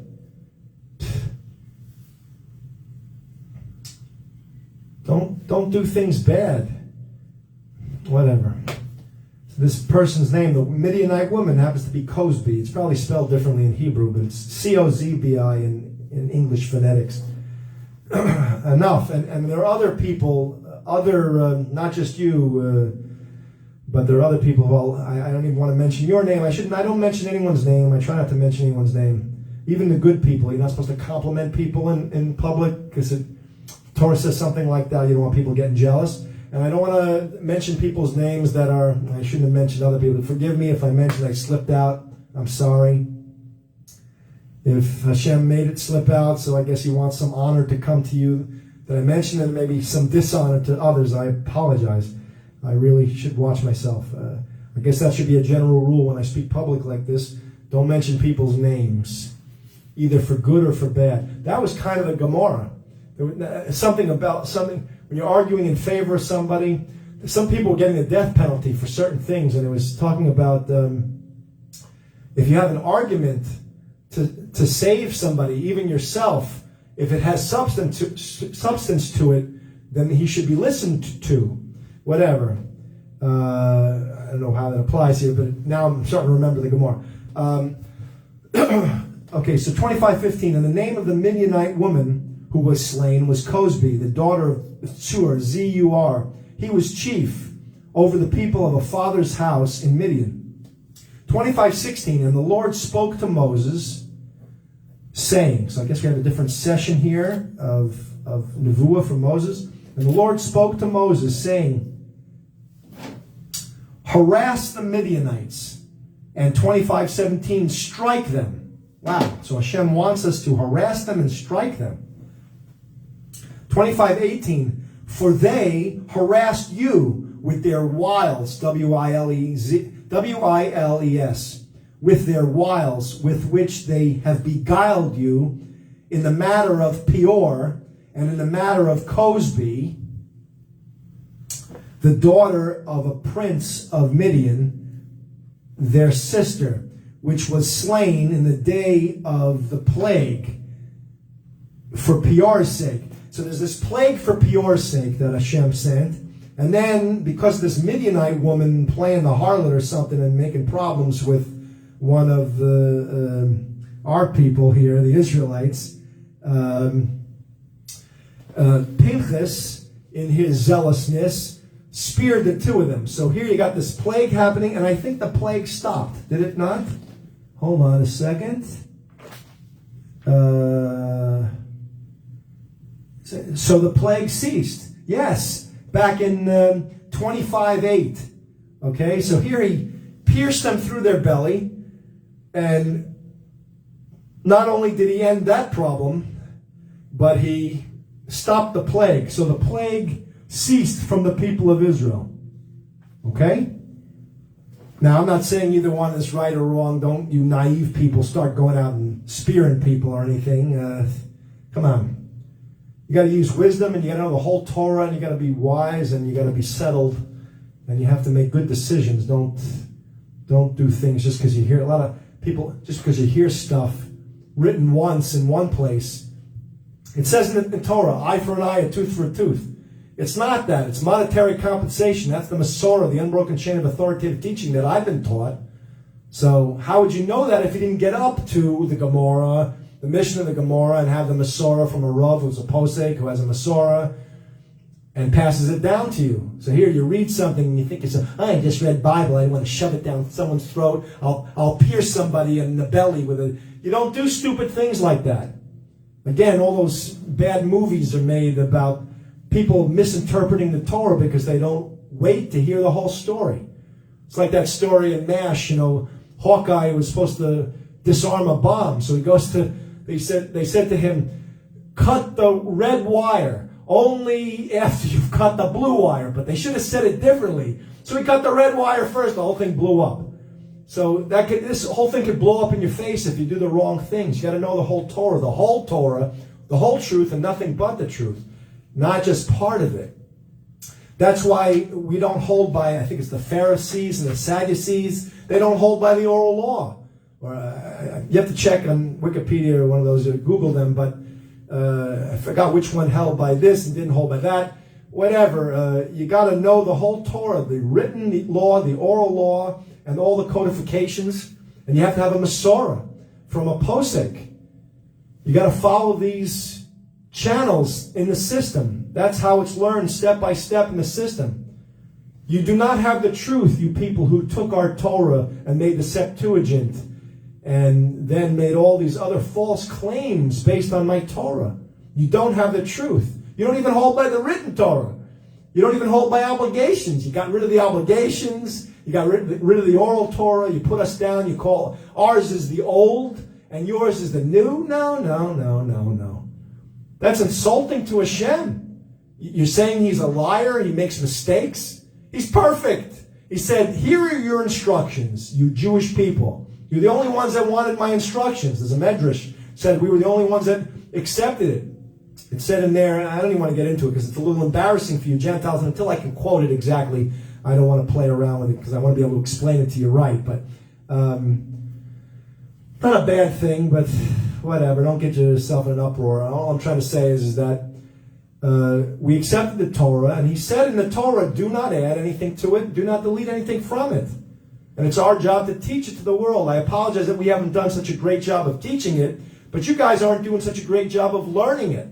If we could come together and we teach and you learn and you teach us what you know about life, and you guys are the civil engineers and we know the Torah, let's put it all together and we'll save lives. You can learn a lot from that girl reading whatever she was reading. She's praying or reading Tehillim or saying Tehillim or who knows what. But you can learn a lot. We can learn from each other. So anyway, my point is that, what was my point? I had a lot of points there. All right, I think we just finished the chapter. That's chapter 25. 25:18. Or 25:16 and 17 and 18. Hashem says to Moses, go out and harass the Midianites, strike them, for they harassed you with their wiles, with which they have beguiled you in the matter of Peor, that's number 1, and in the matter of Cosbi, number 2, the daughter of a prince of Midian, their sister, which was slain in the day of the plague. So the second thing was taken care of by the slaying, And then the first thing, the plague, which dealt with Peor, was taken care of also for Peor's sake. In the day of the plague, for Peor's sake. So the plague came because of Peor. They were dealing with this idol and worshiping it, making Hashem very angry and jealous and angry. Okay, 26:1. This one has, oh boy, it has 65 sentences. I'm going to have to plow, baby. All right, chapter 27 has 23 sentences. 28 has 31 sentences. 29 has 39 sentences.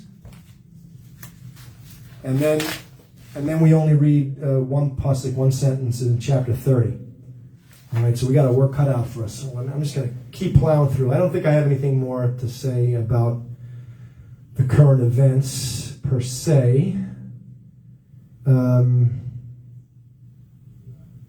One other little last thing. I was looking at that house, that $500 million house, and I was thinking to myself, here I am sitting in my little room, that I grew up in, the house that I'm in, whatever, my whole life, most of my life, since we've lived in Florida. And I was looking at this house and I thought, I wonder if those guys know why they're alive, though. I'm watching them, and that one of the guys was showing the house, and he's got his hat on, and he's walking around, and he's showing how great this house is because he's got to make it seem worth $500 million.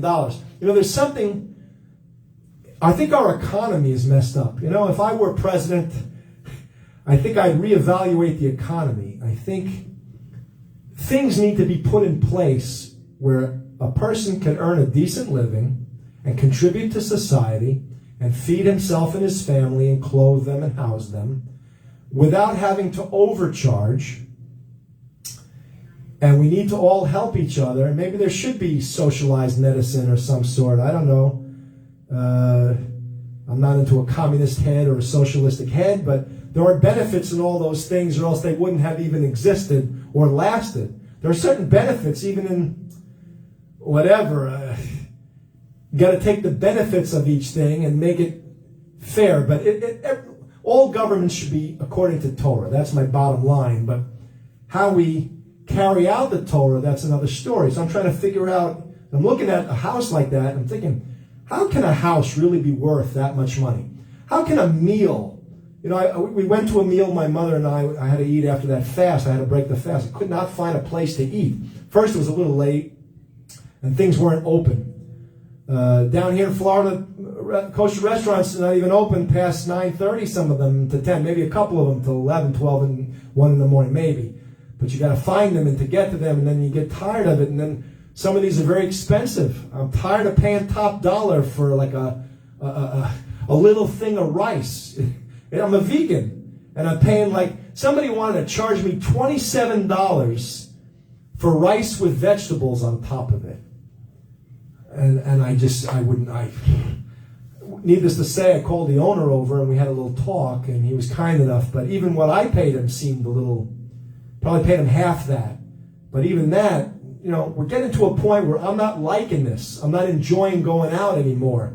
It's not worth it for me to go out.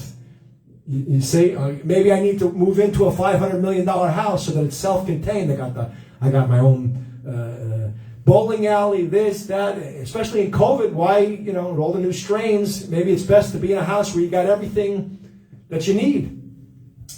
After you finish studying Torah, I got my desk with my Torah study, and after I'm tired and I just need to let loose a little steam and watch some permitted movie or do something that's going to help me serve Hashem on a deeper level. Movies are good. Sometimes they help you open your mind up to stuff. I learned a lot from movies. Some or most aren't so great, but whatever. We gotta improve Hollywood. We gotta make better movies that are more in line with fulfilling the purpose of life. But I'm wondering to myself if the cost of things is really what should be.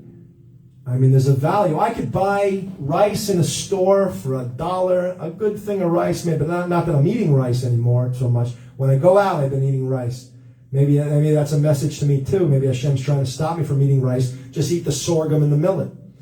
Because they don't have sorghum and millet in restaurants. I even thought of opening my own restaurant, but I don't know, a healthy place type of restaurant. But anyway, so what's he doing, the cook? He's that good? He's making it worth $27? What's he doing to it? Is he looking at it? Is he talking to the rice and making it? If my rice is $27, each grain should be in a tuxedo for that price. I mean, what are you doing? I'm going to pay $27 for a thing I could pay $2 for, cook it for myself, and I'll have a whole pot of rice. Not that I'm doing that. So I think we need to reevaluate the economy. I never said that before publicly, but I'm thinking a lot more on it. Things are not worth what they should be. I see you could buy cars online. Their motto is, why go to a car dealership? When you could buy the car online, we'll deliver it to you. All right, well, maybe there's something said to try out the car before you get it, but I guess you could return it if you don't like it.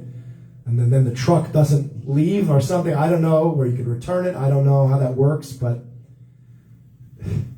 yes, we're in a new age. We need to start thinking through. But if we're going to think about these things, the first thing we need to think about is pleasing our Creator and making Him happy.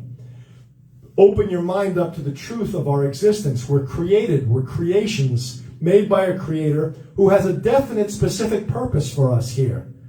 To earn the life of the next world by fulfilling those obligations, 7 or 613 in the 10 Steps to Immortality. Make that top priority. Then everything else will fall into place. And we'll decide how to deal with all the other aspects of life, because we're not doing a good job and things are coming apart. Things are crashing around us, literally and figuratively, and we need to somehow get a grip and reevaluate. And the world is not just for the rich. That's very selfish. Only the rich can handle all that? $27 for a plate of rice and vegetables? Come on. There's poor people that would like to eat out too. I get tired of cooking food for myself and studying Torah, taking care of my mom, getting a livelihood too, and cooking for myself too, by myself. This is rough, man, and I'm not into it. Sometimes I need someone to cook something for me. Now, I did go to a nice restaurant, and this gentleman has a good heart. He took good care of me, but I don't want to overstay my welcome. It would be nice if other people had that same attitude, but everyone wants to make a lot of money. These restaurant owners want to make their money. They want to go back to Israel. They want to visit. They want to come back here. They want to have the money to go back and forth, smoke their highest cigarettes and their hookahs and whatnot, and have a good time. They want to, be able to do everything, that's not probably in line with Hashem. Back and forth. Who knows what they're doing? I don't know what they're doing. Are they keeping the Torah? Is that uppermost in their minds? I was going to say something about the music business. I notice the best singers I've noticed, Jewish Orthodox singers, are the ones that are devoted to Hashem. They make Hashem come first. And it comes out in their singing. They're for Hashem. I'm not going to mention any names. They know who they are. But they're always doing things for Hashem and bringing people closer to Hashem. Orthodox Jewish singers. These young whippersnappers took over the music business in New York. They came in, and all my old friends, the players who are excellent players, played with big bands like Buddy Rich and all these great bands, Maynard Ferguson. I'll mention these names because they played in those bands. I want to give them the credit due to them, not mention who they are. And they're great players, and I hear that they're not working, and this one they're asking for jobs, and Now we got these tracks. Everyone plays with tracks. I'm really taking a break. I'm sorry. Give me 1 second. I'm going to get we're on chapter 26. We're moving on. But I want to clean some things up while I got the hot seat here. I don't know what transpired. I'm not blaming anybody or anything, but I'm just saying, you're heading down a music with tracks. What are you doing? You're knocking out the playing of music. I practice every day. I try to do something each day. I have like at least a 3-hour practice, and I don't get to do it every day. But it covers basically everything. I have to see it through with Hashem's help. But here these musicians practice so much, and then you put a track on, they have to play along with the track, and you're making the business mechanical, and it's losing the human element. I don't want to say too much more about that, and all these older players are like out of work. That don't make sense. They could teach you a thing or two about the business, about making music, beautiful music. Humble yourself to them, even though you run the business and book the gigs and whatnot. Let them show you what they know. Let them shine. Set up the gig so they could just come and pick up their instrument and play and show you the beauty of what they've accomplished. Years and years, of playing.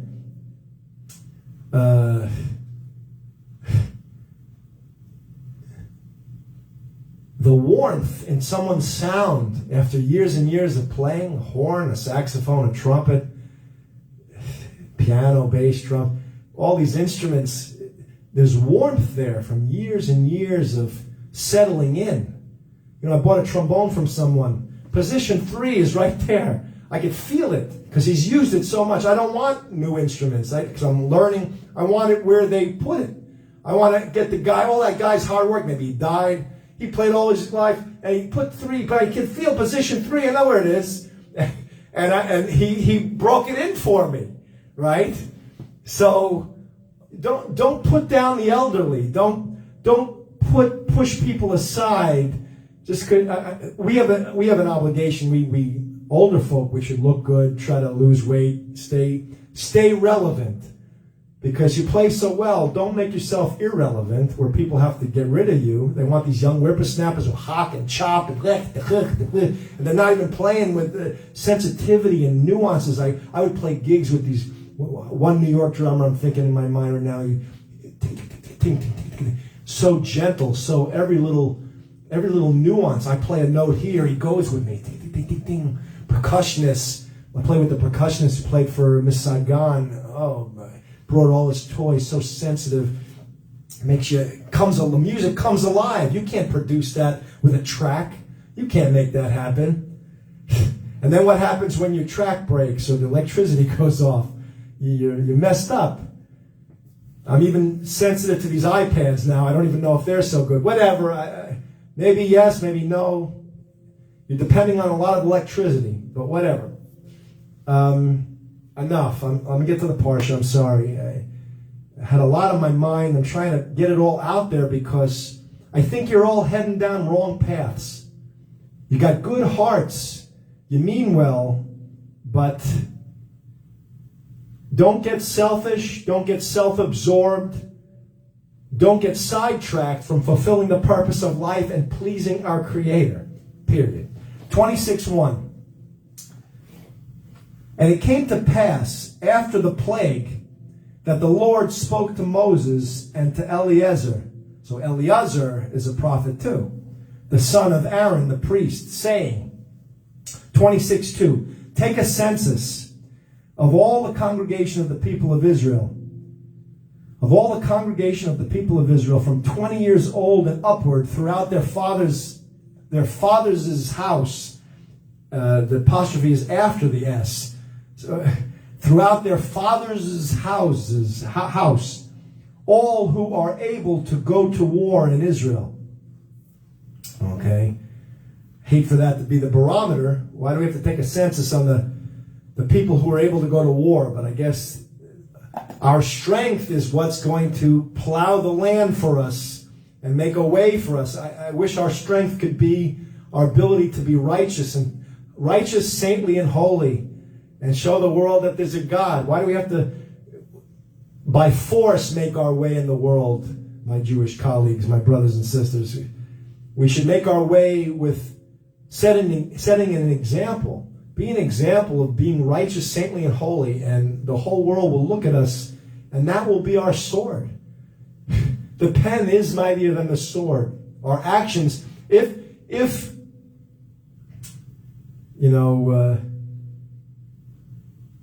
I was thinking of an analogy, but I don't want to go into it now. But I'll just say that if the pen is mightier than the sword, and your actions speak louder than words, so your actions are more mightier than the pen, right? I just thought of that just now. But be righteous, saintly, and holy. Let your actions speak for themselves, and people will know there's a God and that they have obligations to fulfill. And also teach them. Be a light unto the nations. Okay, so 26:2, take a census of all the congregation of the people of Israel from 20 years old and upward throughout their fathers' house, all who are able to go to war in Israel. Okay, 26:3, and Moses and Eliezer the priest spoke with them in the plains of Moab by the Jordan near Jericho, saying, 26:4, take a census. Now they're telling the people, take a census of the people from 20 years old and upward, as the Lord commanded Moses, and the people of Israel which went forth out of the land of Egypt. So take a census of the people from 20 years old and upward, as the Lord commanded Moses and the people of Israel which went forth out of the land of Egypt. Okay, as the Lord commanded Moses and the people of Israel. I believe that's how it's supposed to be read. One more time, just so we get the good understanding. 26:4, take a census of the people from 20 years old and upward, semicolon. As the Lord commanded Moses and the people of Israel, which went forth out of the land of Egypt. 26:5. I numbered these, because now I guess we're dealing with the tribes here, the 12 tribes, I believe. I think. Let me see here. 1, Reuben, the eldest, 26:5. Reuben, the eldest son of Israel.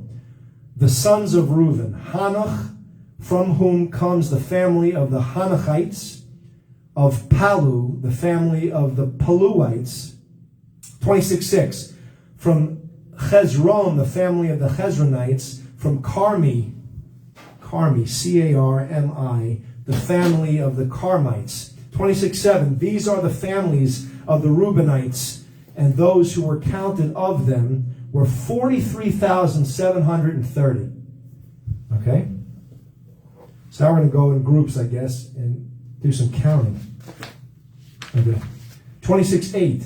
And the sons of Palu, Eliab, I guess that's the son. 26:9. And the sons of Eliab, Nemuel, and Dathan, and Abiram.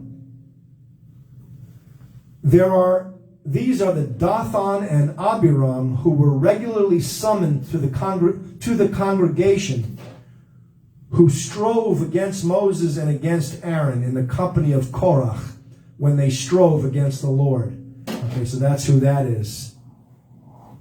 26:10, and the earth opened her mouth and swallowed them up together with Korach. Okay. When that company died, the time the fire devoured 250 men, and they became a sign, S-I-G-N, a sign. 26:11, and the sons of Korach did not die. Did not die. Okay. Why am I not remembering that? And the sons of Korach did not die? These are Dathan and Abiram who were regularly summoned. All right, I'm missing something, but it goes on to another group, so I guess it's an incidental fact that we need to know, but we'll have to get it later. We were pressed for time. Okay, 26:12. The sons of Simeon, this is number 2, according to their families. From Nemuel, the family of the Nemuelites. From Jamin, Jamin, the family of the Jaminites. From Jachin, Jachin, the family of the Jachanites. 26:13, from Zerah, the family of the Zerahites. Okay. This is 26:13. From Zerah, the family of the Zerahites. From Saul, the family of the Saulites. 26:14. These are the families of the Simeonites. 22,200. 26:15. The sons of Gad. This is number 3. I guess the third son to that we're talking about. I don't know why I numbered it like this. I don't know if they go out of order. I hope they're in birth order. I'm not sure. Maybe I just numbered them in this order. I don't know. The sons of, in the way they appear in the Torah right now, I think I numbered them. I don't think I did it in birth order, but I might be wrong. Maybe it's also in birth order. Check me, fact check me. 26:15, the sons of Gad, number 3, according to their families, from Zephon, the family of the Zephonites, from Hagi, the family of the Haggites, from Shuni, the family of the Shunites. 26:16, from Ozni, the family of the Oznites, from Eri, the family of the Erites. 26:17, from Arad, the family of the Aradites, from Areli, the family of the Arelites. 26:18, these are the families of the sons of Gad, according to those who were counted of them, 40,500. Okay. 26:19.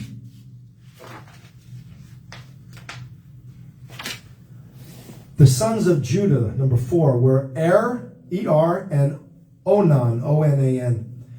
And and Onan died in the land of Canaan.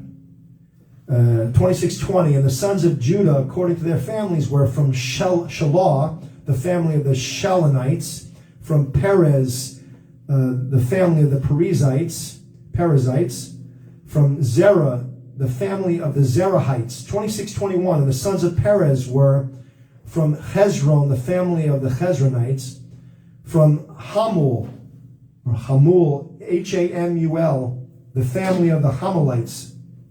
26:22, these are the families of Judah, according to those who were counted of them, 76,500. 26:23, from the sons of Issachar, according to their families, from this is like number 5, from Tola, the family of the Tolaites, from Puva, the family of the Punites, P-U-V-A is Puva. 26:24, from Jashub, the family of the Jashubites, from Shimron, the family of the Shimronites. 26:25, these are the families of Issachar, according to those who were counted of them, 64,300. By the way, I remind you that when we study the Parsha, it has implications on our week's current events. What they are yet, maybe I've said some, maybe I missed something, I don't know, but I'm trying to catch it all. Just bear this in mind. I was thinking of putting it in the footnotes of each show, just so that you open your mind up to the awesomeness that the weekly Parsha has what to do with the current events of that week. Now, who's doing that? Not the civil engineers. It's Hashem. Come on. Hashem's in charge of this world. He moves around events to fit the instructions. I mean, that's awesome. How does he do that? 8 billion people moving their lives around. And if 8 billion people were studying the Torah, they'd see how it applied to their lives specifically. That's awesome. 26:26, from the sons of Zebulun, number 6, according to their families, of Sered, the family of the Sardites, of Sered, the family of the Seredites. It says of here instead of from. I don't know if that's a proper translation, or why is it of and not from? Is there something we need to know about that? I'm just going to put a little dot there so I keep an eye on it. From Elon, the family of the Elonites. From Jaleel, the family of the Jalelites. 26:27, these are the families of the Zebulunites, according to those who were counted of them, 60,500. Wow. 26:28, the sons of Joseph, number 7, according to their families, were, I wrote down 7 Manasseh and 8 Ephraim. I put a parenthesis around 7 Joseph. Why did I do that? I don't remember. 26:29, from the sons of Manasseh, from Machir, the family of the Machirites, and Machir fathered Gilead. Machir, hold on. From Machir, the family of the Machirites, and Machir fathered Gilead. From Gilead come the family of the Gileadites. 2630. These are the sons of Gilead. From Jezer, Jeezer, the family of the Jezerites. From Helik, Helek, the family of the Helekites. 2631. And from Azriel, the family of the Azrielites. And from Shechem, the family of the Shechemites. I guess there's no reason to spell it to you. I guess for me to help articulate the word, but what's the use of spelling it? If it's in Hebrew, it's probably different anyway. But at least it help you somehow understand what I'm saying. I know I'm talking fast. 2631. And from Azriel, the family of the Azrielites. Keep going. And from Shechem, the family of the Shechemites. 2632. And from Shemida, the family of the Shemidaites. And from Hefer, the family of the Heferites.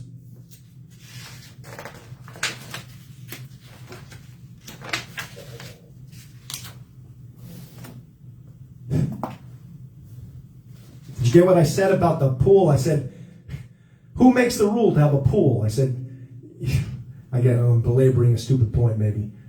You could, what else could you put in a building, that people like? Stupid things. I don't know what else you could put. Like, when do you draw the line? I guess everyone agrees on a pool. Well, Orthodox people probably wouldn't agree on a pool, a swimming pool. It's not sniyut. It's not modest. So why have it? And then it ruins the building anyway. The thing that's causing the problem with one's observance to Hashem, one's fulfillment of his obligations, is like a cancer to the building. The water gets in. It seeps in from the bottom of the pool. All takes a little crack. And it goes in there and gets and starts to open up. And before you know it, you're in a faulty towers. You ever watch that show? You're in a building that has problems. 2633.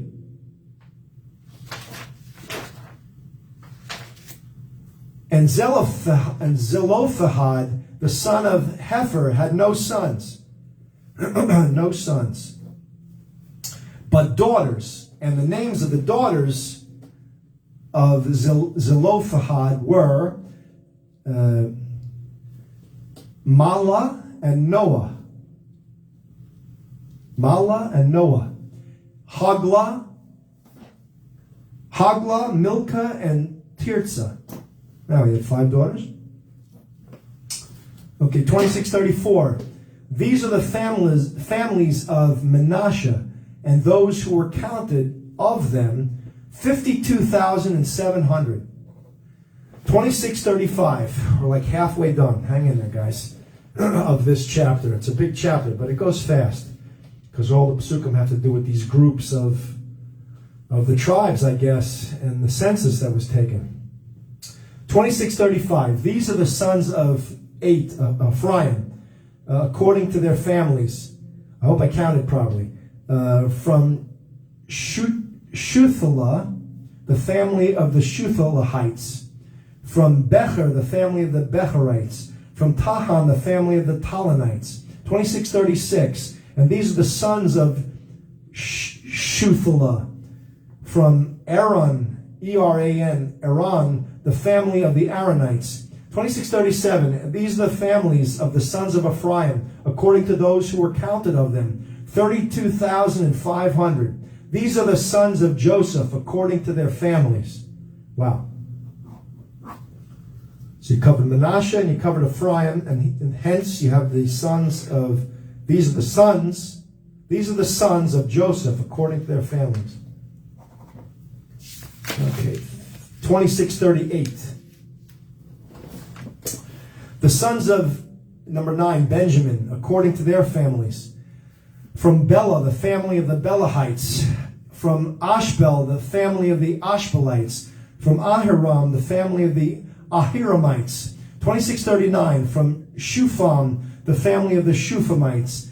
From Hufam, the family of the Hufamites. 2640. 2640. I said 2639, 2640. And the sons of Bela were Ard and Naaman. From Ard, the family of the Ardites, and from Naaman, the family of the Naamites. 2641, these are the sons of Benjamin, according to their families, and those who were counted of them were 45,600. Wow. Okay, 2642. These are the sons of Dan, number 10, according to their families. From Shuham, the family of the Shuhamites. These are the families of Dan, according to their families. 2643, and all the families, 2643, all the families of the Shuhamites, according to those who were counted of them, were 64,400.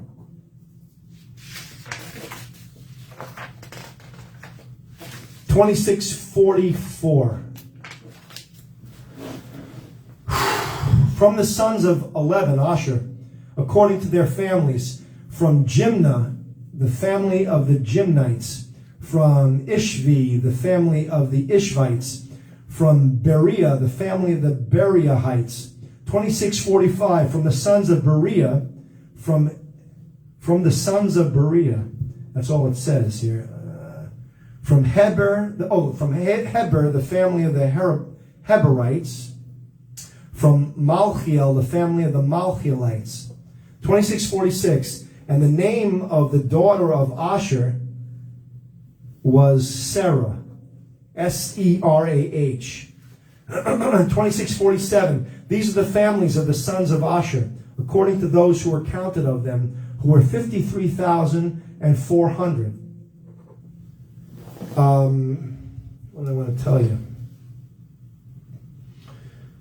I forgot. 2648. From the sons of Naphtali, number 12, according to their families, from Jaziel, the family of the Jazielites, from Guni, the family of the Gunites.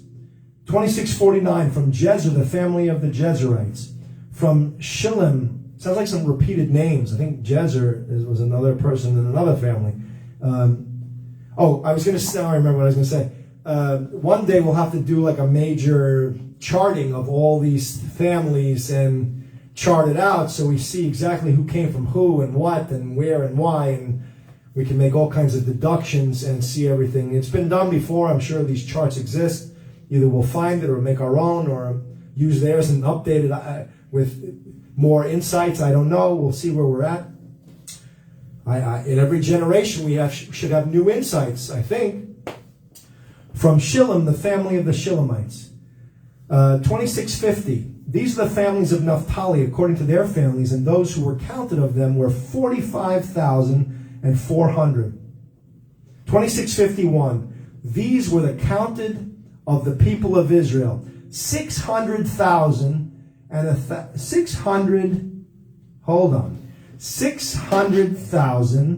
and 1,730. So I guess it's 601,730.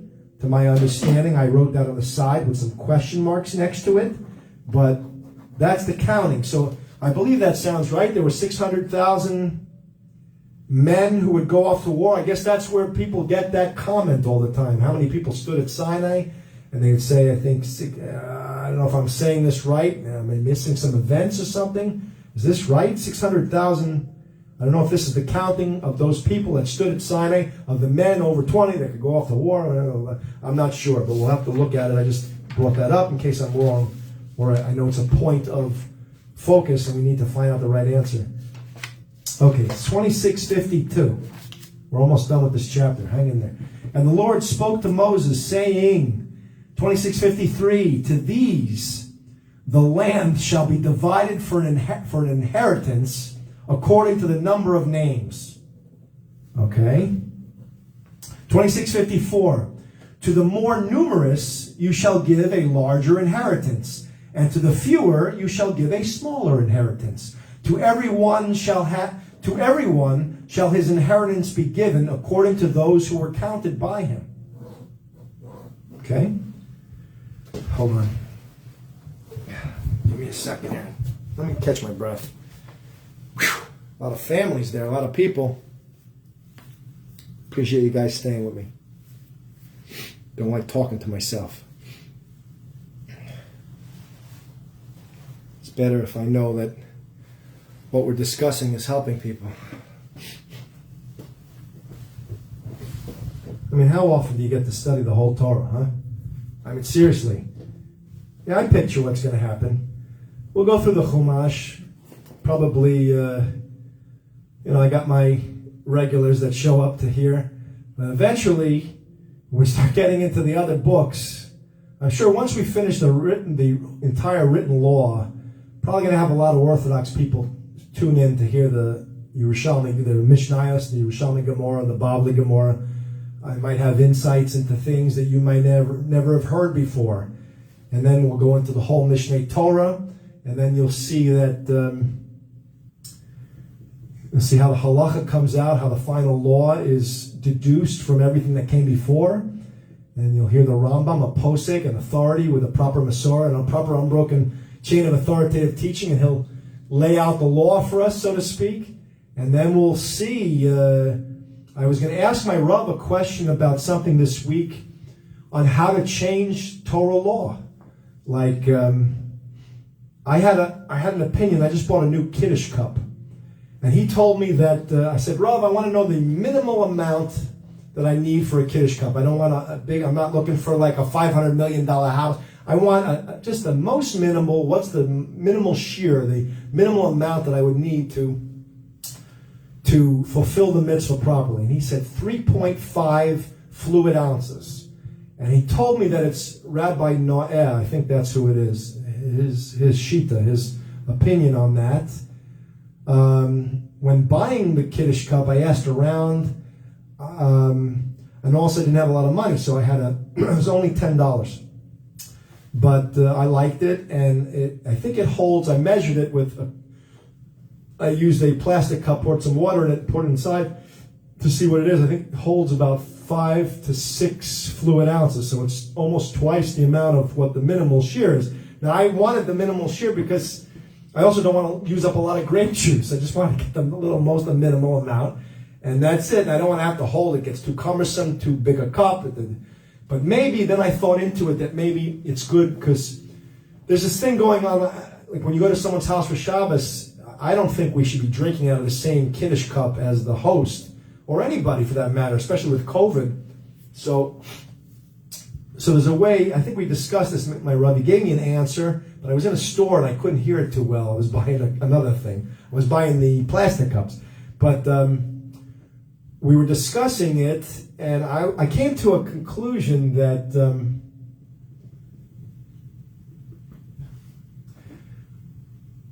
I think people have this concept that you should have a big Kiddush cup so that you can...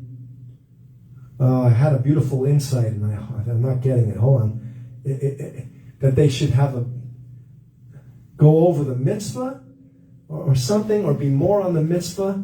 And maybe I was trying to give to other people. So you get a big cup. I was going to ask him a question. Can I pour from the kos shel bracha, the one that you make, the cup that you're making the bracha on? Can I pour after I make the bracha, or do you have to drink first?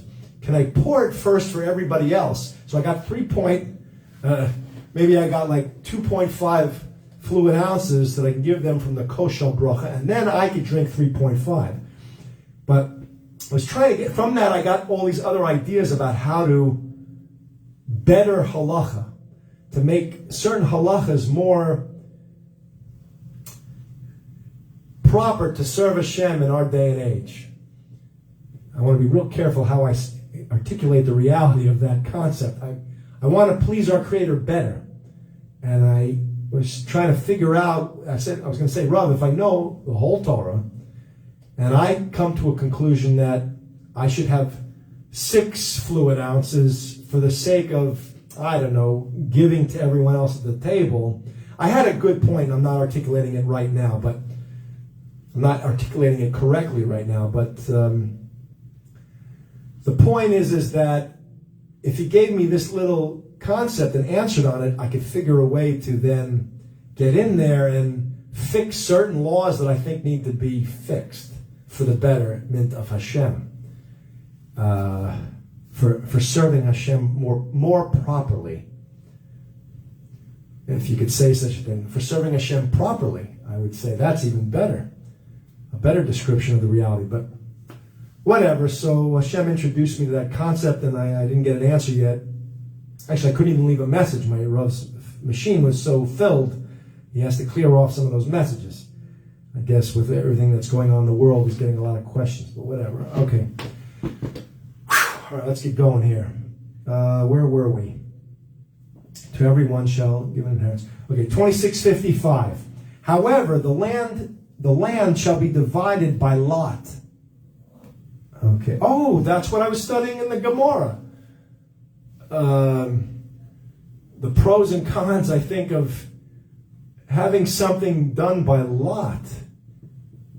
I can't remember what it is, but there was a major point there with Hashem involved, and I was like, whoa, I highlighted it in yellow and something in blue, which I made very holy, and I came to it was something very deep, an earth-changing, a very earth-shattering or life-changing point that would change how we fulfill obligations. And I had some insights on it, and I was just blown away. So I made notes on it, and I'll get back to it on my second pass through it and review it.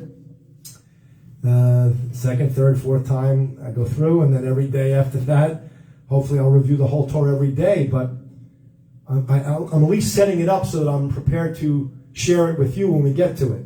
And maybe you might be the second time I go through it. I don't know. With you, I don't know. Okay, let's continue. Sorry, guys. 26:55. However, the land shall be divided by lot.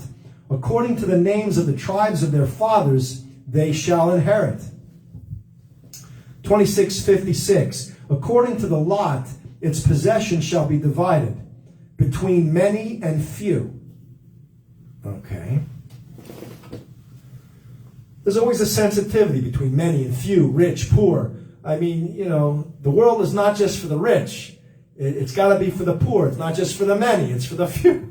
Every group has a different thing. Everyone's got to be able to survive and serve Hashem properly. And accommodations must be made for everyone. 26:57. And these are those who were counted of the Levites. Okay, now we're on the Levites here. According to their families. From Gershon, the family of the Gershonites. From Kohath, the family of the Kohathites. From Merari, the family of the Merarites. Merarites. 26:58. These are the families of the Levites. The family of Libnites, the family of, 26:58. These are the families of the Levites. Semicolon. And then it lists out about 5 families. The family of the Libnites, the family of the Hebronites, the family of the Malites, the family of the Mushites, the family of the Korahites. Korahites? It looks like Korach. Korahhites. And Kohath fathered Amram. Now, Amram, I believe, is, I think it's Moshe's father. We're going to get to it in a second. Hold on. It's kind of important. I know you Gentiles, in the Rambam's 7 obligations, it makes mention of Amram, if I'm not mistaken, for fulfilling certain obligations. You have more than 7. You have some other things, supposedly. But at least get those 7 straight. Make sure you get them down in your life. They're the major ones. Don't worship idols. Don't curse our Creator's name. Don't murder. Don't have 6 forbidden intimate relations. Not supposed to be intimate with your mother, your father's wife, a married woman, your maternal sister,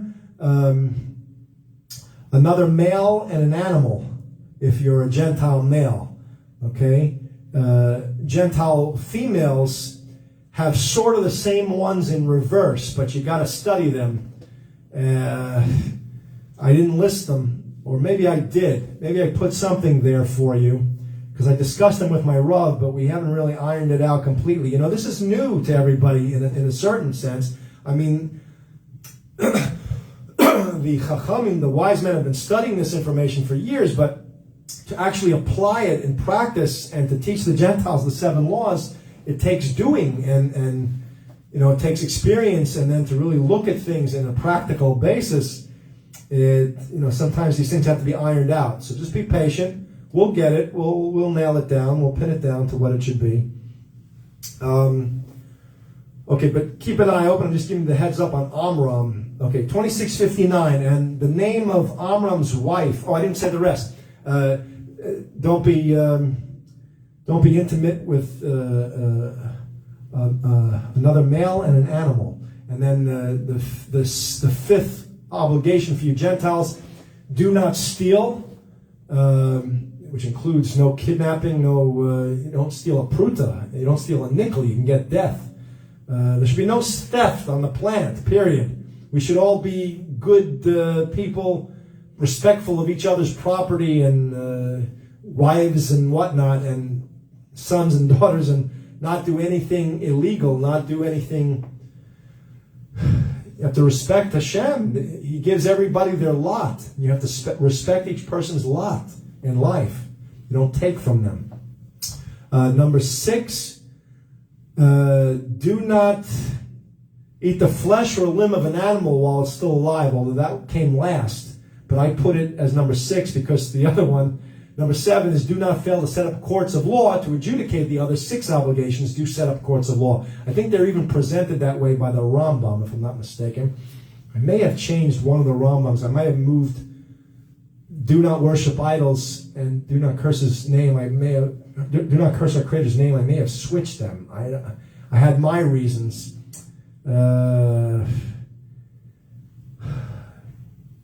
Look, I'll keep us straight. Don't worry. I'm not trying to mislead us or anything. I have my reasons for doing everything, for my way of looking at things. I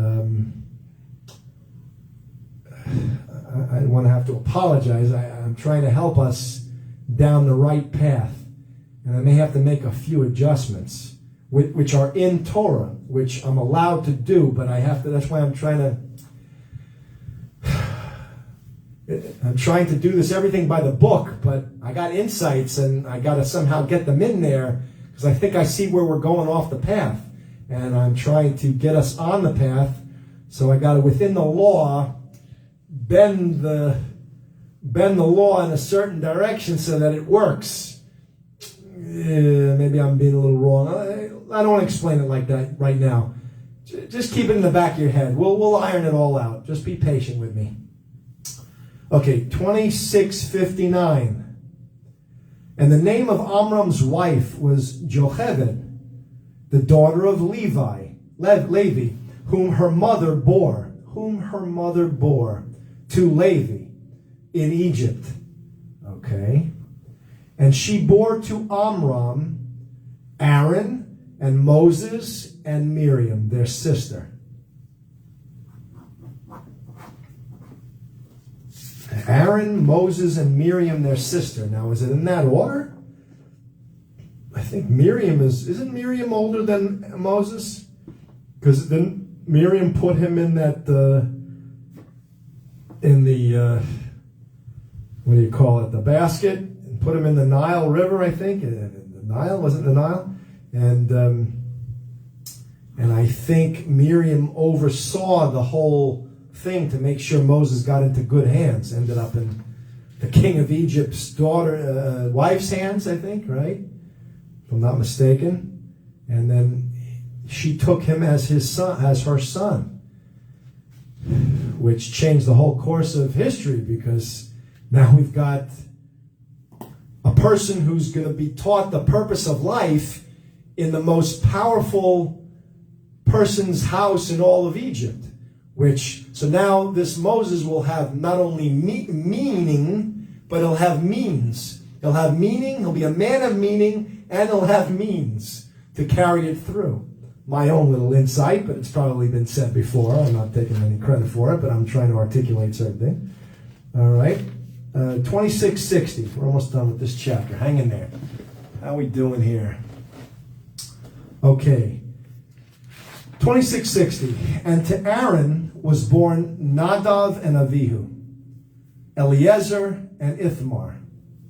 2661, and Nadav and Abihu died when they offered strange fire before the Lord. 2662. And those who were counted of them were 23,000, all males from a month old and upward. For they were not counted among the people of Israel,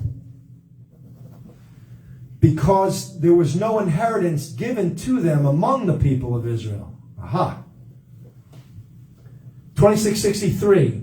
These are those who were counted by Moses and Eliezer, the priest, who counted the people of Israel in the plains of Moab, by the Jordan, near Jericho. 2664. But among these there was not a man of them whom Moses and Aaron the priest counted when they counted the people of Israel in the wilderness of Sinai. But among these there was not a man of them whom Moses and Aaron the priest counted when they counted the people of Israel in the wilderness of Sinai. 2665. For the Lord had said of them that they shall surely die in the wilderness, and there was not left a man of them, save or except Caleb the son of Jephunneh and Joshua the son of Nun. Okay, so you only had these two left over. And so Hashem got rid of that whole generation. Yet Moses was still around. Right? But Aaron was gone. Isn't Aaron gone? Remember, he died? Why does it say when Moses and Aaron the priest counted, when they counted the people of Israel in the wilderness of Sinai? This is not this one. So this is another counting. This is the first counting that they're talking about. So for the second counting, to my understanding, if I'm not mistaken, I'll say it again, 2664. But among these, there was not a man of them whom Moses and Aaron, the priest, counted when they counted the people of Israel in the wilderness of Sinai, which was, I guess, number 1. So we have 2. For the Lord had said of 2665, for the Lord had said of them, they shall surely die in the wilderness. And there was not left a man of them, save Caleb the son of Jephunneh and Joshua the son of Nun. And that's the end of, yes, hold on.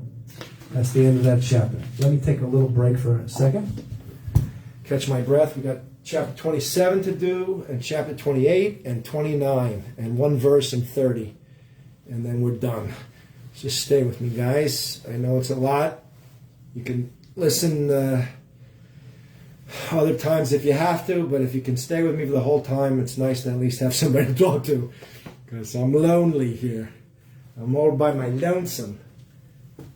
Well, I shouldn't say that. It's me and Hashem. So I guess if I don't have people to talk to, I'll be reading it for Hashem's sake, at least. Whew. All right, let's continue onward. It's 11:45. Okay. All right. 27:1. There's 23 sentences here. Let's plow through. 27:1. Then came the daughters of Zelophehad, the son of Hefer, the son of Gilead, the son of Machir, the son of Manasseh, the families of Manasseh, the son of Joseph. So then came the daughters of Zelophehad. Okay, these daughters have a problem here. And these are the names of his daughters: Mala, Noah, and Hagla, and Milcah, and Tirzah. We read those before. Okay. 27:2. And they stood before Moses and before Eliezer the priest and before the princes and all the congregation by the door of the tent of meeting, saying, and I guess Eliezer took over after Aaron left. Remember that? It just came back to me. if I'm not mistaken. So they stood by the door of the tent of meeting, and they stood before Moses and before Eliezer the priest and before the princes and all the congregation by the door of the tent of meeting, saying, 27:3, our father died in the wilderness, and he was not in the company of those who gathered themselves together against the Lord in the company of Korah. So that's a plus. But died in his own sin. Died in his own sin. He did something else, I guess, and had no sons. Okay. 27:4. Why should the name of our father be taken away from among his family because he had no sons? Give to us, therefore, a possession among the brothers of our father. So that's what they request. 27:5, and Moses brought their cause before the Lord. 27:6, and the Lord spoke to Moses, saying, 27:7, the daughters of Zelophehad speak right. God said they spoke right. They speak right. You shall surely give them a possession of an inheritance among their father's brothers. And you shall cause the inheritance of their father to pass to them. 27:8, boxed in orange. Now we got a commandment here coming. This is a pasuk source, a sentence source for a commandment. One of the 613. 27:8, and you shall speak to the people of Israel, saying, if a man dies and has no son, then you shall cause his inheritance to pass to his daughters. That's very nice. 27:9, all Hashem's ways are of peace. Darkei Noam, I think they're called. Ways of peace. They're pleasant. Hashem's makes these ways for our good. They're not to make us irritable and uncomfortable. We should have no problem trying to serve him and make him happy. We shouldn't do things wrong and have to be punished. 27:9, and if he has no daughter, this is boxed in orange also, another obligation. And if he has no daughter, then you shall give his inheritance to his brothers. 27:10, and if he has no brothers, there's no box on this one. I guess it's still part of 27:9. But this is 27:10. If he has no brothers, then you shall give his inheritance to his father's brothers. To his father's brothers. Does that make it his great uncles? His father's brothers. No, that's... Oh, if 27:9, and if he has no daughter, then you shall give his inheritance to his brothers. You shall give his inheritance to his brothers. 27:10, and if he has no brothers, then you shall give his inheritance to his father's brothers, to his uncles. 27:11, I didn't quite understand the brothers one. I don't know why, but we'll get it another time. 27:11, and if his father has no brothers, then you shall give his inheritance to his kinsman, who is next to his kinsman, Kinsman, who is next to him of his family. And he shall possess it, and it shall be to the people of Israel a statute of judgment, as the Lord commanded Moses. I think I'm on laws of inheritance in the Gemara. No, it also has to do with death penalty. Oh, it talks about the 4 death penalties. Stoning, burning, decapitation, and... I always mess one up.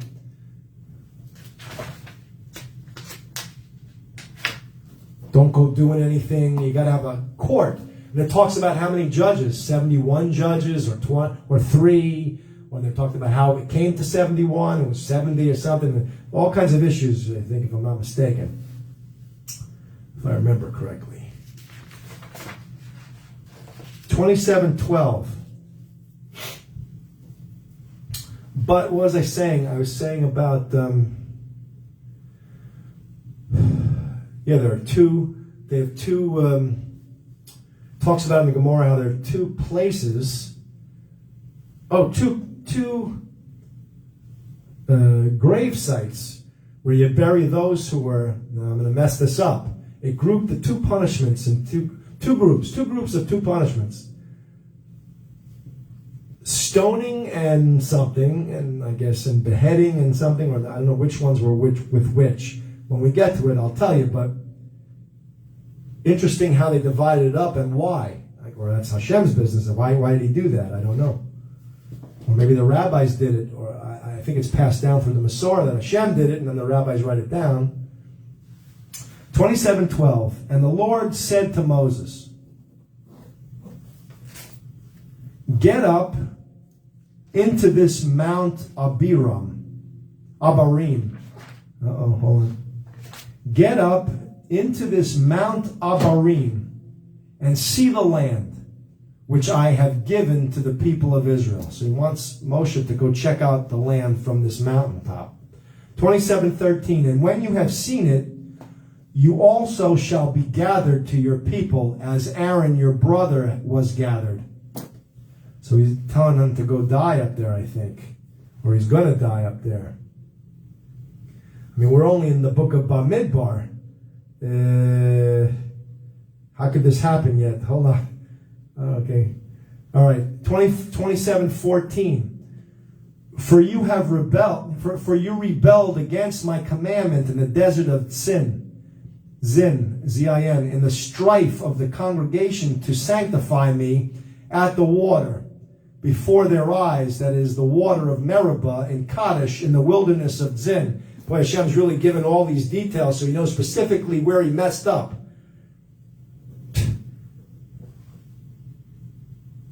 I don't know. I personally think he should have let Moshe in. Came that far. Why couldn't he cut him a little slack?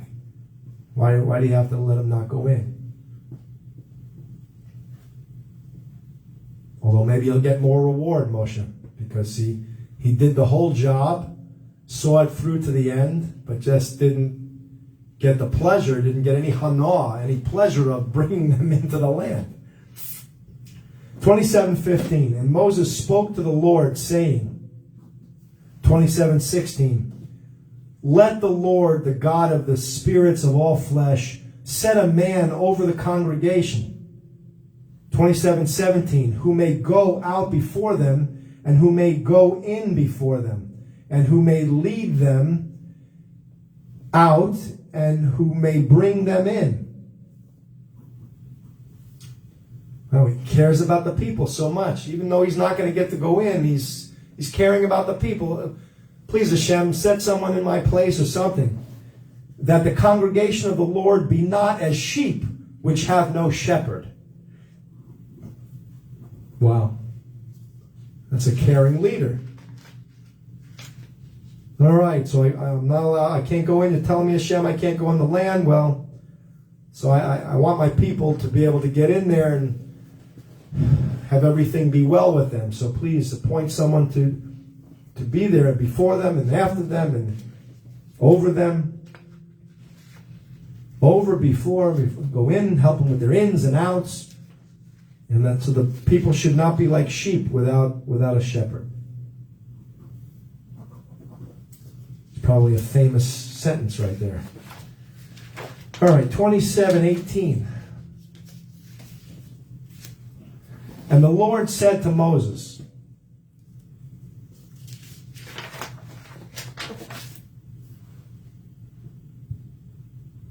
and the Lord said to Moses, 27:18, take Joshua, the son of Nun, a man in whom is spirit, and lay your hand upon him. And lay your hand upon him, right? 27:19, and set him before Eliezer the priest, and before all the congregation, and give him a charge in their sight. Give him a charge in their sight. Like passing the torch, so to speak. I think this is like the beginning of smicha, I think.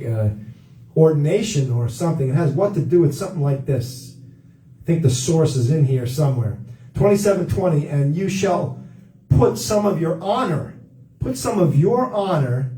upon him, that all the congregation of the people of Israel may be obedient. 27:21. And he shall stand before Eliezer the priest, who shall ask counsel for him according to the judgment of Urim before the Lord.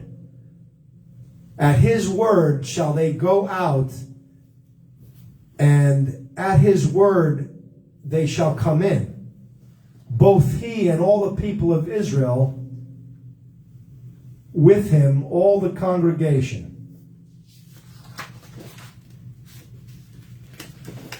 And Moses did, this is 27:22, and Moses did as the Lord commanded him. And he took Joshua and set him before Eliezer the priest and before all the congregation. 27:23, and he laid his hands upon him and gave him a charge, as the Lord commanded by the hand of Moses. Wow.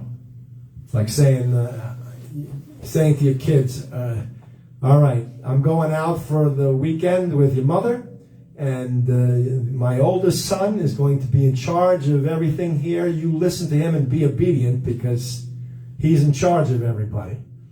So it's kind of like passing that torch.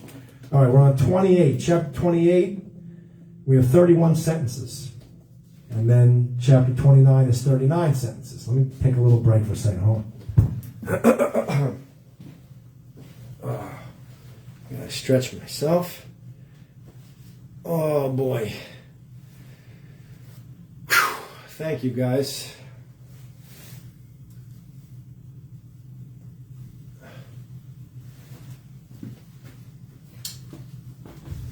I hope people are staying till the end all the time. I know it's a long time. Hashem makes it this long. I got stuff to say. I always feel like I have enough wind to just get through it. But, so it's stuff that I have to say that you have to hear. And the Torah we have to go through. So I hope you're all staying to the end. I hope you're not just visiting, showing me that you're coming, and then you stay for a minute and then leave, and try to make me think that I'm really helping everybody, and I'm not. That would be terrible. That's not nice. Don't do that to me. I'm trying to help everybody. I mean, I'll continue. I know I'm with Hashem. I know He's not going to let me do something that's a waste of time. But I know this is important, so I trust Him. But I'm just telling you, if you could please get the most out of this, trying my best to go through everything and be accurate and meticulous, and I have new ideas. I got a lot of new ideas that are all in line with Torah and the way that no one's ever seen things before. In every generation, there's been like a posek that comes along. I'm trying to study to become a posek, an authority, and I'm trying to do as my predecessors have done. They come along, you get an insight from the Malbim has an insight that maybe, Rashi was a master of diktuk, of grammar, Hebrew grammar. He wrote a sefer on grammar. There's like a few Sforim books that I have on grammar written by poskim in order of the generations. So it's like Rashi, the Radak, the Malbim. The Malbim wrote 613 grammar rules. There's a book that he wrote called Al Yelat HaShachar. Very important book, I think. And it would open my eyes up to how we paskin shilas, how we answer questions of Torah law based on every sentence, based on every vowel, every dot and vowel, and every turn of a word. So I'm trying to be very sensitive to all these meticulous things. We're just plowing ground right now, getting all the concepts. It's very important. Hope you guys stay from beginning to end. Don't miss any lecture. Don't miss any study session, because they all build on each other. We're going to get to stuff later, and here we're doing concepts. Plowing, getting information, getting concepts. Later on, we're going to get real meticulous with the grammar and everything and still go through, but we'll then really iron out what the law should be. And I feel that insights will come that have never been heard before. But you got to stay with me from beginning to end. I don't waste words. I think everything is important. 28:1. And the Lord spoke to Moses, saying, 28:2, boxed in orange. It's a due obligation. 28:2.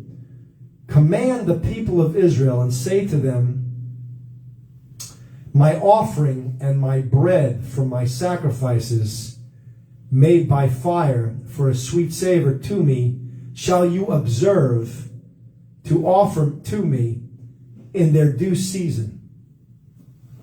28:3, boxed in orange. And you shall say to them, this is the offering made by fire which you shall offer to the Lord. 2 lambs of the first year without spot, day by day, for a continual burnt offering. I think this is the Talmud offering. This is an area that I got to focus on because this is what's going to save the animals. If I can somehow find a way around this, if I could figure out what Hashem really means here, I might be able to penetrate and get rid of animal sacrifices and have it be in line with Torah, because I'll show that it's really what Hashem really wants. And I'll prove it. So I marked this a little extra because I knew this was something that I needed to focus on. Okay, where are we? For a continual burnt offering. 28:4. 1 lamb shall you offer in the morning, and the other lamb shall you offer at evening. 28:5. And a 10th part of an ephah of flour for a meal offering, mixed with the 4th part of a hin, H-I-N, of beaten oil. 28:6. It is a continual burnt offering, which was ordained in Mount Sinai for a sweet savor, a sacrifice made by fire to the Lord. It was ordained in Mount Sinai.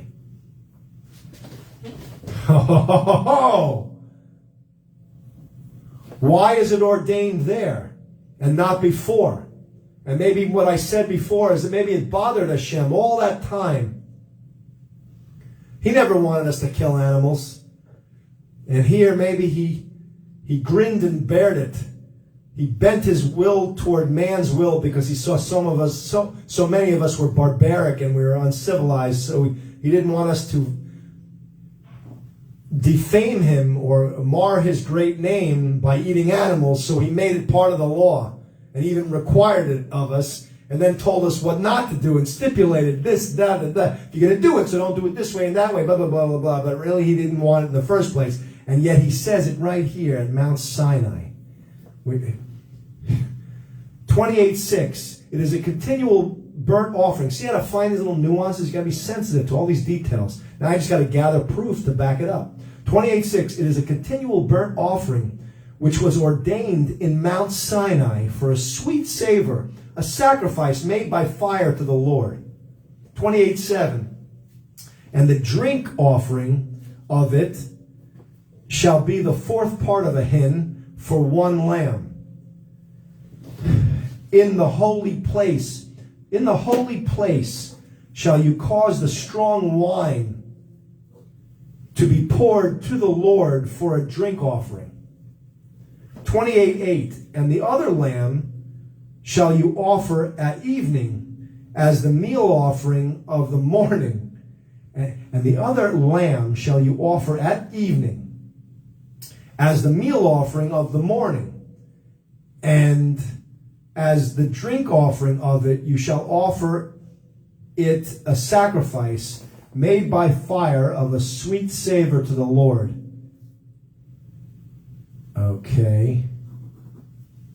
I wrote here in parentheses, meal offering, but not animal. I don't know why I wrote that.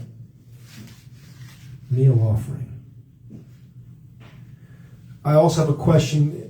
Does it have anything to do with the fact that the evening is really the beginning of the day? Colloquially speaking, the day. The beginning of the day starts at night, after sundown, I guess, right?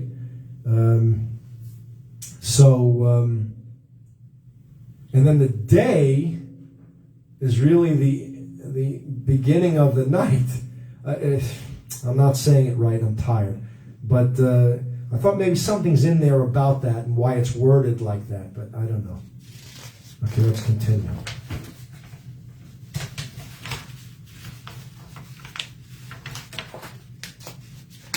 Okay, that was 28:8. Now we're on 28:9. And on the Sabbath day, 2 lambs of the first year without spot, and 2/10 measures of flour for a meal offering mixed with oil, and the drink offering of it. 28:10. This is the burnt offering of every Sabbath, beside the continual burnt offering and his or its drink offering. 28:11. Boxed in orange. 28:9 was boxed in orange. 28:11 is now boxed in orange. And in the beginning of your months, you shall offer a burnt offering to the Lord, 2 young bulls and 1 ram, 7 lambs of the first year without spot. 28:12, and 3/10 measures of flour for a meal offering, mixed with oil for 1 bull. And 2/10 measures of flour for a meal offering, mixed with oil for 1 ram. 28:13, and 1/10 measure of flour mixed with oil for a meal offering for 1 lamb, for a burnt offering of a sweet savor, a sacrifice made by fire to the Lord. 28:14, and their drink offerings shall be a hin of wine for a bull, and the 3rd part of a hin for a ram, and a 4th part of a hin for a lamb. This is the burnt offering of every month throughout the months of the year. 28:15, and 1 kid of the goats for a sin offering to the Lord shall be offered beside the continual burnt offering and its drink offering. 28:16, and in the 4th day of the first month is the Passover of the Lord. You notice how we have, I guess, constant or daily offerings, then we got weekly offerings, then we got monthly offerings. Now we're doing these specific times of year. There's a monthly, I guess, like every Rosh Chodesh or something. I don't know what it is here when you do the monthly offerings. But then you got these offerings for the various Yomim Tovim, the good days, literally the festivals, the Chagim, a Chag is a festival. Pesach, Shavuos, and Sukkot are Chagim. Rosh Hashanah, Yom Kippur, and Sukkot are Yomim Tovim. Pesach, Shavuos, and Sukkot, I'm sorry. Those are the Chagim. There's a commandment to go up to the Beis HaMikdash, the temple. I believe the men are supposed to go up 3 times a year. Pesach, Shavuot, and Sukkot. But the other holidays, I don't think they're not Chagim, they're Yomim Tovim. I might be wrong, but I always was sensitive to that differentiation, and I'm having a little trouble articulating exactly what it is right now. 28:16, in the 14th day of the first month is the Passover. In the 14th day of the first month is the Passover of the Lord. 28:17, and in the 15th day of this month is the feast. 7 days shall unleavened bread be eaten. 7 days shall unleavened bread be eaten. 28:18, in the first day shall be a holy gathering. You shall do no manner of labor in it. 28:19, but you shall offer a sacrifice made by fire for a burnt offering to the Lord, 2 young bulls and 1 ram and 7 lambs of the first year. They shall be to you without blemish. 28:20, and their meal offering shall be of flour mixed with oil. 3/10 measures shall you offer for a bull, and 2/10 measures for a ram. Okay, let me just double check that. 3/10 measures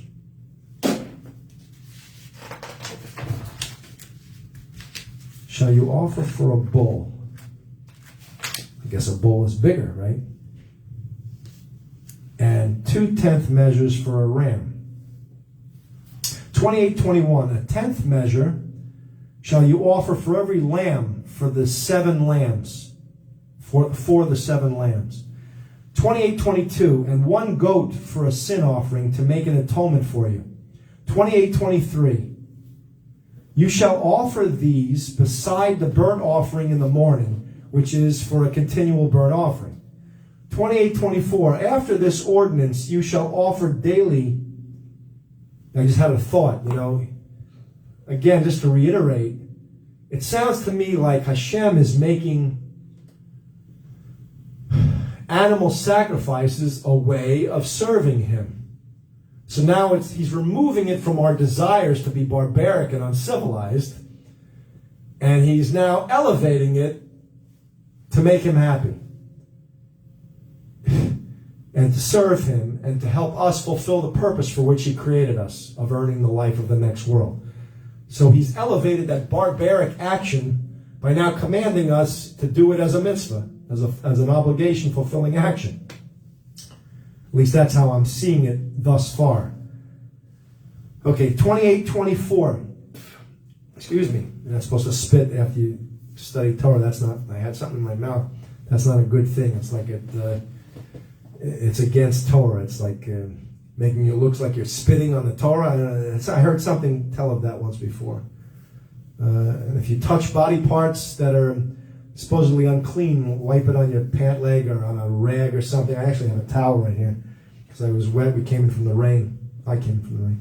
28:24. After this ordinance, you shall offer daily throughout the 7 days the food of the sacrifice made by fire of a sweet savor to the Lord. You always have to keep adding that in there to let us know that he really appreciates us, because maybe appreciates what we're doing, because maybe really deep down inside we know we shouldn't be killing animals. This is my take on it. I might be wrong, but I'm just spelling it all out for you, and maybe you guys can help me help the animals by coming up with some alternative. Let's just eat the meal offerings. Why do we have to make animal sacrifices? I don't know, but whatever.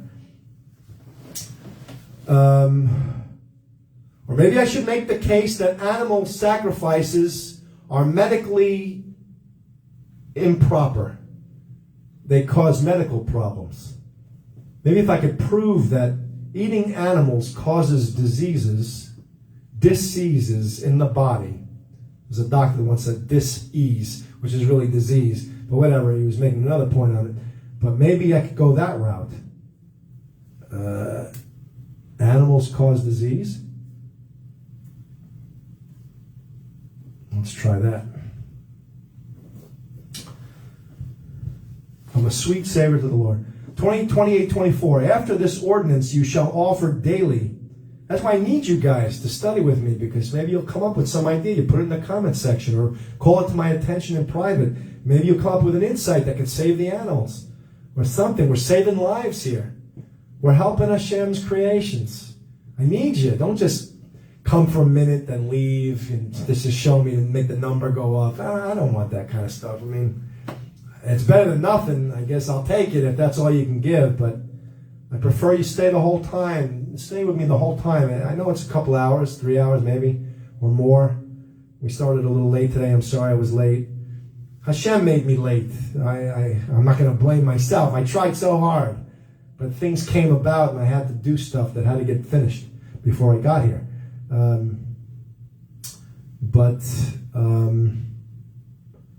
Everything's purposeful. 28:24. After this ordinance, you shall offer daily throughout the 7 days the food of the sacrifice made by fire of a sweet savor to the Lord. It shall be offered beside the continual burnt offering and its drink offering. I kind of think of that as like, when we said in the desert, in the wilderness, Hashem, we want meat, more meat, blah, blah, blah. So he gave us so much meat that was coming out of our nostrils. I think it's kind of like that. Not only get the continual offering, but I'm going to give you for the festivals and the holidays and I'm going to give you even more offerings. So it's going to come out of your nostrils. You won't have enough of meat. So it's like it's almost sarcastic, I think. It's like Hashem getting us to be sensitive. If we're really sensitive to pleasing him, we'll be sensitive to these nuances. I came about it because of this, because of trying to make him first. It says in the Torah, in all your ways know him. Yeah. Not just basically, I mean really know him. Everything is for him. So once you start thinking like that, you think to yourself, how could this purposeful, perfect being of such love, he's love, he's just complete love, how could he want to kill animals? He makes these creations, and why would he want us to kill them? He doesn't want us to kill each other. If a man spills a man's blood, he'll be punished by the blood of these punishments. I think his blood has to be spilled somehow. Maybe there'll be, whether he's stoned to death or he's burned or beheaded, or we call it decapitation or whatever. These methods. Don't do that. You got these people running around. They steal my Torah, and they run around with machetes in Manhattan cutting people's heads off because they think that's the way to be, and it's wrong. It's not right. You're not waiting for the whole 9 yards. It says here, do not add or delete anything from these instructions. You got to have a Sanhedrin. I probably have 71 judges or whatever. I haven't ironed it out yet. You got to know all the laws. These naive zealots. Look, I got to give you one thing. I know your heart is trying to be for Hashem. I know that. I judge that part favorably, but you got to be wise. And you got to learn the Torah from the people of the Torah, the Jewish people. We know the Torah. It's handed down from generation to generation. You got to study it with us, which is what we're doing. And not do crazy, stupid things because you get a little information, then you take lives. You can't do that. Plus, we as a generation have so much growth and development to do before we're even at a point where we can say that is the law of the land and make it part of our law of the land. The Derech Eretz, we got to somehow get that into the... People have to realize that this is the truth. And then we can start to make it part of our life and make Hashem happy, and you'll see his blessing will come upon us. No one's going to sin. No one would want to have death by stoning or drowning, by burning. Oh, I forgot this one. And the decapitation. No one would want to have that. So who would steal if you knew you'd get death by stealing a nickel?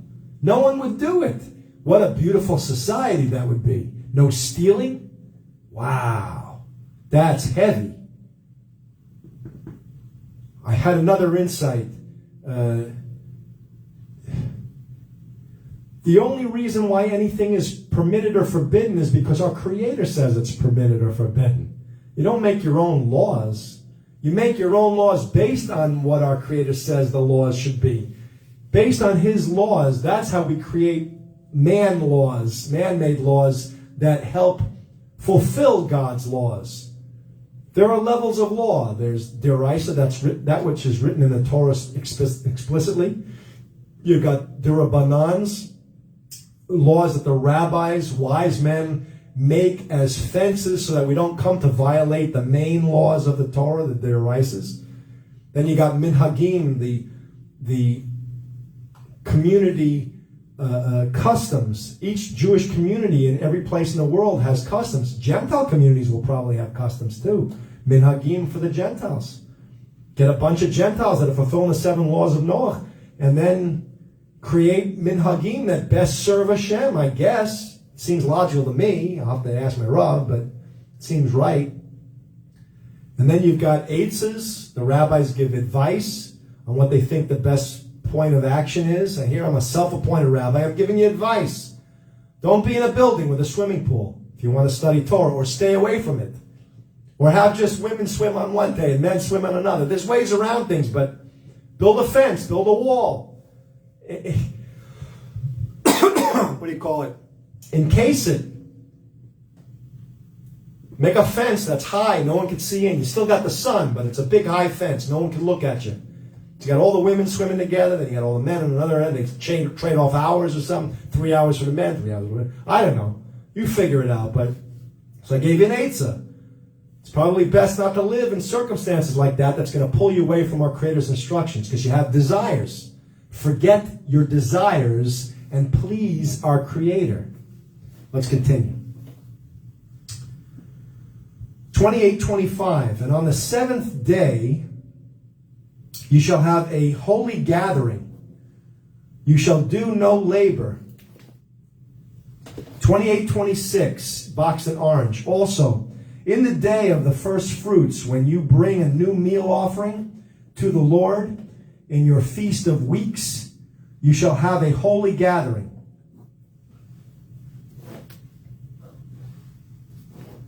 And shall do no labor. You know, it's beautiful when we have these chagim and everybody gets together. It's such energy for Hashem. Everyone's trying to fulfill the obligations together. I'm just telling you like how it is in an Orthodox Jewish community. Can you imagine what it would be in an Orthodox Gentile community with everybody fulfilling the 7 laws of Noah? Trying to open your mind to see the practicality, the practical way of fulfilling these obligations and pleasing our Creator. Say, you shall have a holy gathering, you shall do no labor. So Hashem's big on rest. He commands us when to rest. You don't make the rules. You don't say when it's time to rest. He tells you when it's time to rest. Laws of threes. There's 3, 3, and 3. Who makes that? I guess the scientists figure out you can only last like 2. Well, there's some people that break those laws that are able to. I know people that can hold their breath underwater for a long time. They figured out how to do it. My dad was a saxophone player. He knew circular breathing. I can't do it myself yet, but I wish he was around to teach me. I'll probably have to have one of my friends show me. But there's a way to circular breathe where you keep breathing. Horn players got to hold long notes out. Big note at the end. Trumpet's holding it, and it's going on for like 4 or 5 bars, and they're holding it. Circular breathe, maybe. I don't know. Laws of 3. I wish the scientists would focus on Hashem. Science is the study of how Hashem deals with his world and how creations deal with the world. I guess you were talking about the creations. A creation can't live past 3 days without water. I don't know what you're saying. Maybe that's true. But if Hashem has his way, that person could last without drinking. Moses went up, I think he didn't eat or drink for, 48 days or 49? I don't remember what it was exactly. But he was up on that mountain for so long. And I don't think he ate or drank. How did he do that? Is that the laws of 3? He's violating the laws of 3.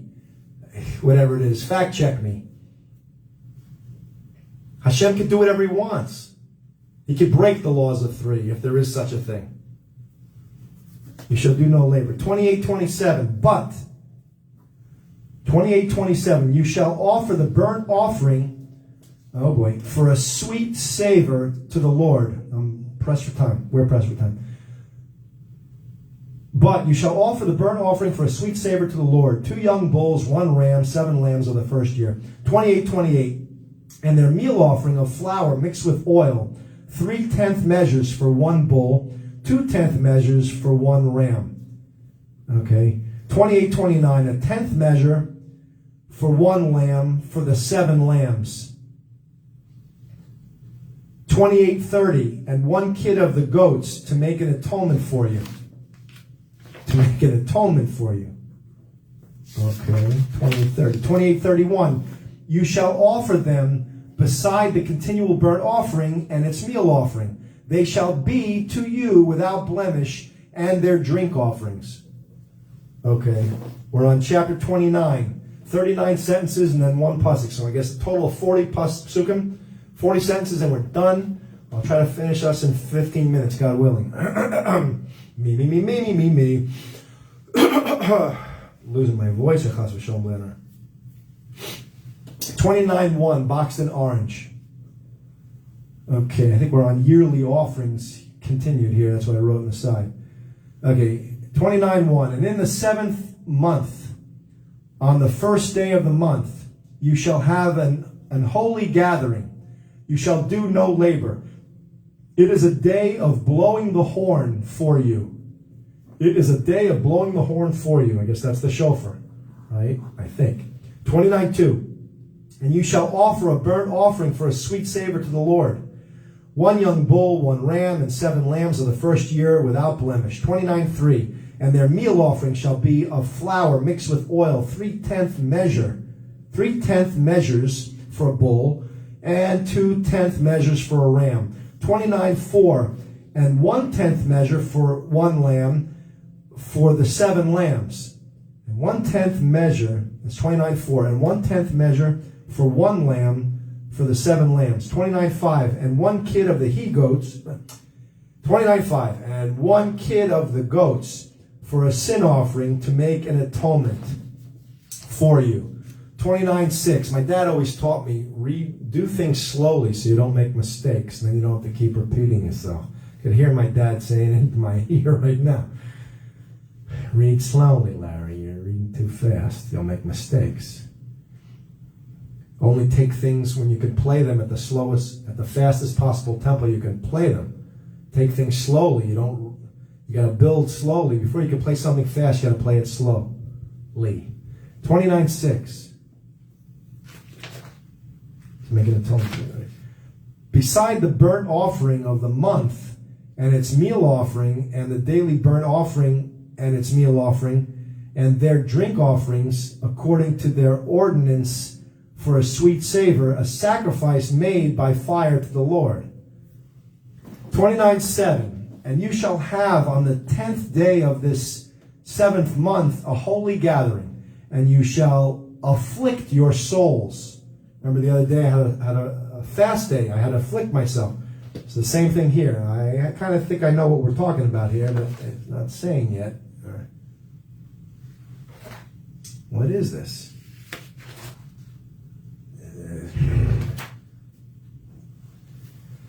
29:7, and you shall have on the 10th day of this 7th month.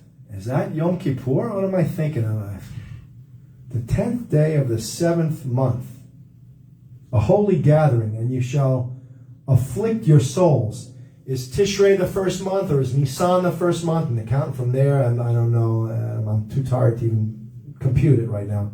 I don't know what we're talking about. Month number 7, day number 10. And you shall afflict your souls. You shall not do any work in it. 29:8. But you shall offer a burnt offering to the Lord for a sweet savor, 1 young bull, 1 ram, and 7 lambs of the first year. They shall be to you without blemish. 29:9, and their meal offering shall be of flour mixed with oil, 3/10 measures for a bull, and 2/10 measures for 1 ram. 29:10, a several tenth measure for 1 lamb for the 7 lambs. I have to put a question mark there because I don't know what that means. A several? Doesn't look like all the other ones that we read. 1/10 measure for 1 lamb. Back here it says 29:10, a several tenth measure, might be a misprint, for 1 lamb for the 7 lambs. When we go through the Hebrew, we'll nail it. We'll understand what it is. 29:11. 1 kid of the goats for a sin offering, beside the sin offering of atonement and the continual burnt offering and the meal offering of it and their drink offerings. 29:12. And on the 15th day of the 7th month, you shall have a holy gathering. You shall do no labor, and you shall keep a feast to the Lord 7 days. That sounds like Sukkot to me. Is that right? Month number 7, day number 15. It sounds like it, but no one's saying anything here. Hashem's not telling us what it is. There's no name. 29:13, and you shall offer a burnt offering, a sacrifice made by fire, of a sweet savor to the Lord. 13 young bulls, 2 rams, and 14 lambs of the first year. They shall be without blemish. 29:14, and their meal offering shall be of flour mixed with oil. 3/10 measures for every bull of the 13 bulls. 2/10 measures for each ram of the 2 rams. 29:15, and a 10th measure for each lamb of the 14 lambs. 29:15, and a 10th measure for each lamb of the 14 lambs. 29:16, and 1 kid of the goats for a sin offering, beside the continual burnt offering, its meal offering, and its drink offering. 29:17. And on the second day you shall offer 12 young bulls, 2 rams, 14 lambs of the first year without spot. 29:18, and their meal offering and their drink offerings for the bulls, for the rams, and for the lambs shall be according to their number, according to the ordinance. 29:19, and 1 kid of the goats for a sin offering, beside the continual burnt offering and its meal offering and their drink offerings. I even separated these by pages, like I gave a lot of distance by the pages so that I could see each offering, because I see that they're all different. Even though they say the same relative things to do, they're all for different holidays or something. Okay, that was 29:19, right? 29:20. And on the third day, 11 bulls, 2 rams, 14 lambs of the first year without blemish. 29:21. And their meal offering and their drink offerings for the bulls, for the rams, and for the lambs shall be according to their number, according to the ordinance. 29:22. And 1 goat for a sin offering, beside the continual burnt offering and its meal offering and its drink offering. 29:23. And on the fourth day, 10 bulls, 2 rams, and 14 lambs of the first year without blemish. 29:24. Their meal offering. 29:24. Their meal offering and their drink offerings for the bulls, for the rams, and for the lambs shall be according to their number, according to the ordinance. 29:25. And 1 kid of the goats for a sin offering, beside the continual burnt offering, its meal offering, and its drink offering. That's day 4. This looks like Sukkot to me, unless it's Pesach. Passover, the 8 days of Passover. I don't know what this is here. I might be wrong. And I'm tired. 29:26. And on the 5th day, 9 bulls, 2 rams, and 14 lambs of the first year without spot. I think the number of bulls is going down, if I'm not mistaken. Yeah, it's going down by 1 every day, it seems, or something, unless I missed something.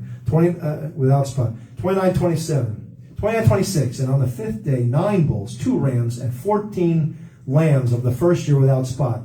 29:27. And their meal offering and their drink offerings for the bulls, for the rams, and for the lambs shall be according to their number, according to the ordinance. 29:28. And 1 goat for a sin offering, beside the continual burnt offering and its meal offering and its drink offering. 29:29. And on the 6th day, 8 bulls. So we're going down here. See how it goes down in the bulls? 2 rams and 14 lambs of the first year without blemish. It seems like everything else is staying the same though. 29:30. And their meal offering and their drink offerings for the bulls, for the rams, and for the lambs shall be according to their number, according to the ordinance. 29:31. And 1 goat for a sin offering, beside the continual burnt offering, its meal offering, and its drink offering. Now let me say something. I did this every page. I see what I was thinking here. I separated it by pages, and I matched up all the information so even though it's repetitive, you could see what's changing, and I could see what's repetitive. So one day I'll give you these PDFs, and you'll have all the information in front of you when I fix them and make sure all the questions are answered, and whatever I got to do, I'll see how Hashem guides me. But so I see there's a purpose here, and I tried to lay out the whole Torah like this. Every text of the Torah I've laid out like this, so you see exactly clearly what's what. You can make parallels and comparisons and contrast, and contrast the information. And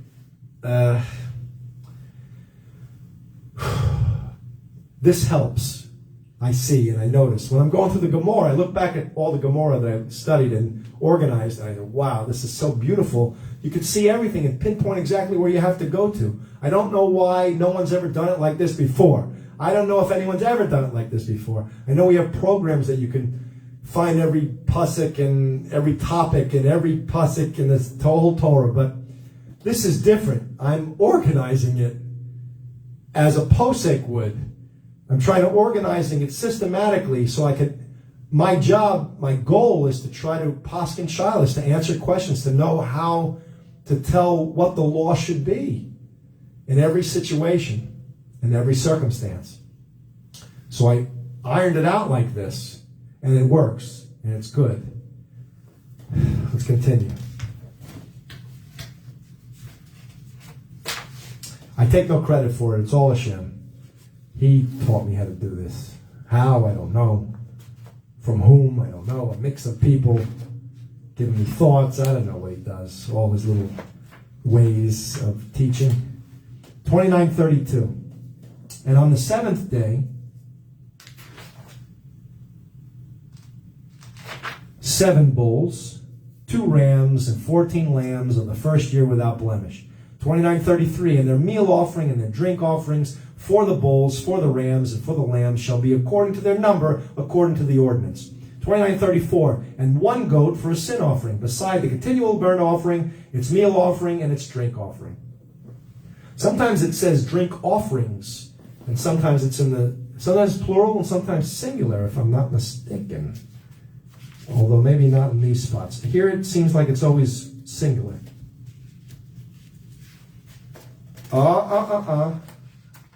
Back a little bit.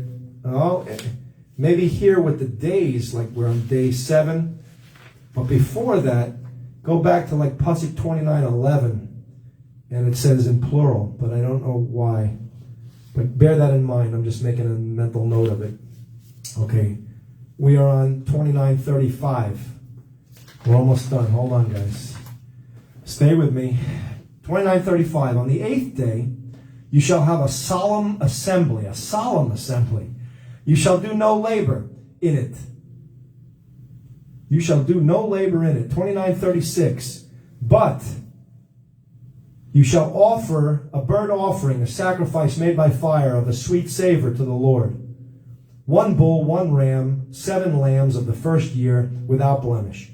29:37. Their meal offering and their drink offerings for the bull, for the ram, and for the lambs shall be according to their number, according to the ordinance. 29:38. And 1 goat for a sin offering, beside the continual burnt offering, and its meal offering, and its drink offering. 29:39. These things you shall do to the Lord in your set feasts. It's like a summation sentence.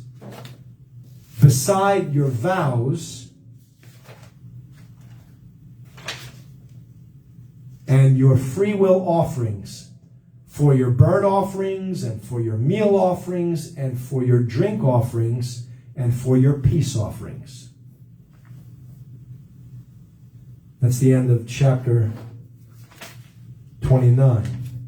And now chapter 30, verse 1, the only sentence. And Moses told the people of Israel according to all that the Lord commanded Moses.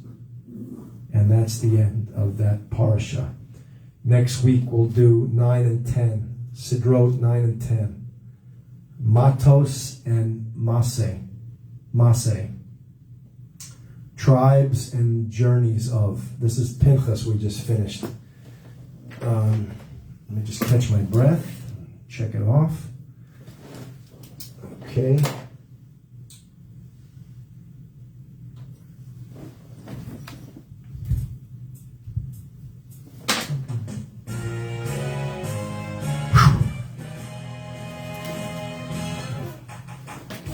Ladies and gentlemen, you've been listening to the Truth Seeker Show.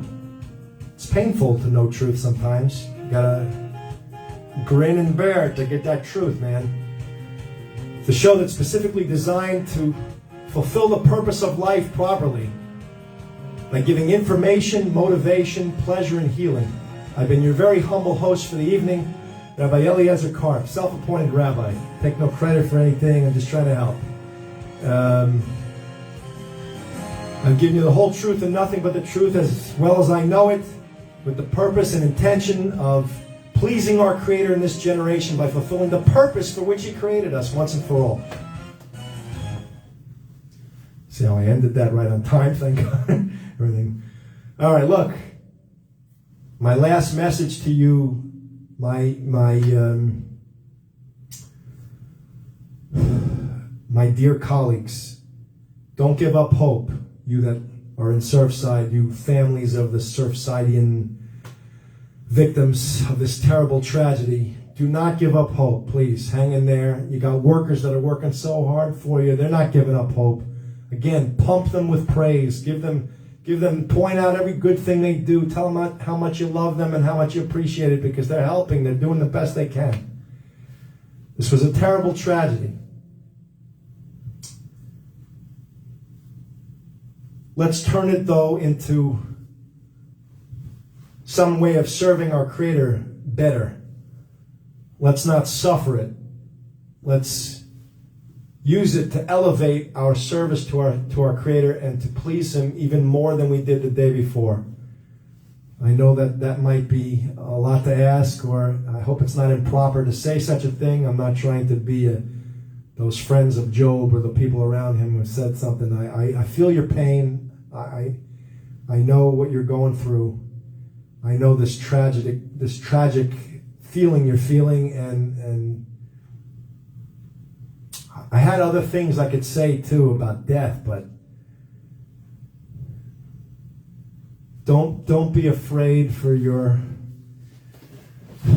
loved ones. It says in the Gemara how there's like 90. There was 101 or 1,001 ways to die, and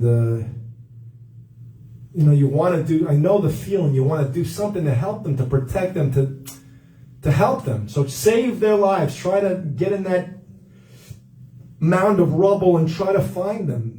They got to be there if they're there, right? So find them one way or another. Figure it out.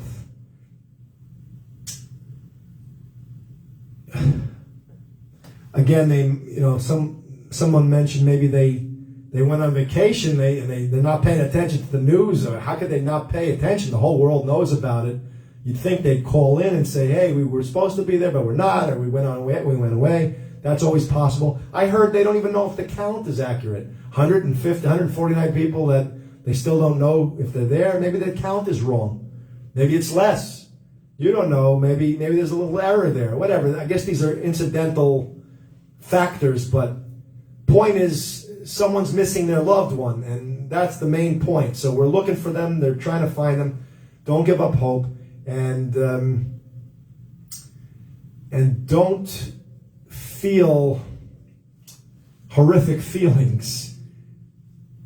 It's His world, I think if I could help in any way just to elevate our thoughts to the highest possible level, it's His world. I often say to myself, what do you care? And I don't mean this in a bad way. What I'm saying is, sometimes we get so emotionally involved in things. It's His world. I can't control what's in His world. Yes, there are, and then that's another point I want to make too. The highest levels we can attain. We could be on the highest levels of holiness and have power over creations. Bring beings back to life. Bring creation back to life. It's true. Eliyahu Hanavi, Elisha, they did stuff. Awesome stuff. Miracles. We could do them too. Your head should not be at a low level. You should start thinking high-level service to Hashem. We should be on those levels of those prophets, of those people, those masters of Torah who were able to do things. And then we could bring people back. Techias HaMesim, bring people back from the dead. I'm just saying it because it's true. I'm right. This is the truth. No one talks like this, but because it's not a common thing. Well, it's not common for a building to fall in Florida. In all my years, I've never seen such a thing. So I hope I also see the ability that people have to to revive the dead in my days, in my generation. I hope I see such a thing too. And I'm working toward it. He wants us to be immortal. Let's do it. Let's do it together. So don't feel depressed. Turn it around. Look, I have so much to be depressed about. My dad's gone. Should I sit here and think every day, I don't have my father? No. I'm figuring out a way to bring him back. That's what I'm doing. You think I'm nuts? So I don't care what you think. That's your business. You don't want to believe in the high levels of Torah, it'll be your loss. I'm there. I'm trying to do the highest levels of Torah. I want it. I don't want Hashem to be deprived of my top level service. And if he took my father, because he's challenging me to bring out, to schlep out of me the ability to bring back my dad, then that's what I'm going to do. So be it. And I would hope that you would all follow suit and do the same for your loved ones, because some of you haven't been so fortunate. He took your loved ones too, and I know, and it hurts. So let's work hard on perfecting ourselves, and we'll do some great things. All right? I love you so much. I don't want you to be hurting. I don't want you to feel pain. I feel for you. My mother and I feel for you. We're in such, all week long, where she's watching TV, I'm watching TV. We're seeing all the details. We go back and forth. She talks to me, I talk to her. And we're feeling the pain. And we're feeling it. Everyone feels it with you. But let's turn it around. Come on. All right? Have a good week. Have a productive week in serving Hashem and knowing the purpose of life and fulfilling your obligations properly.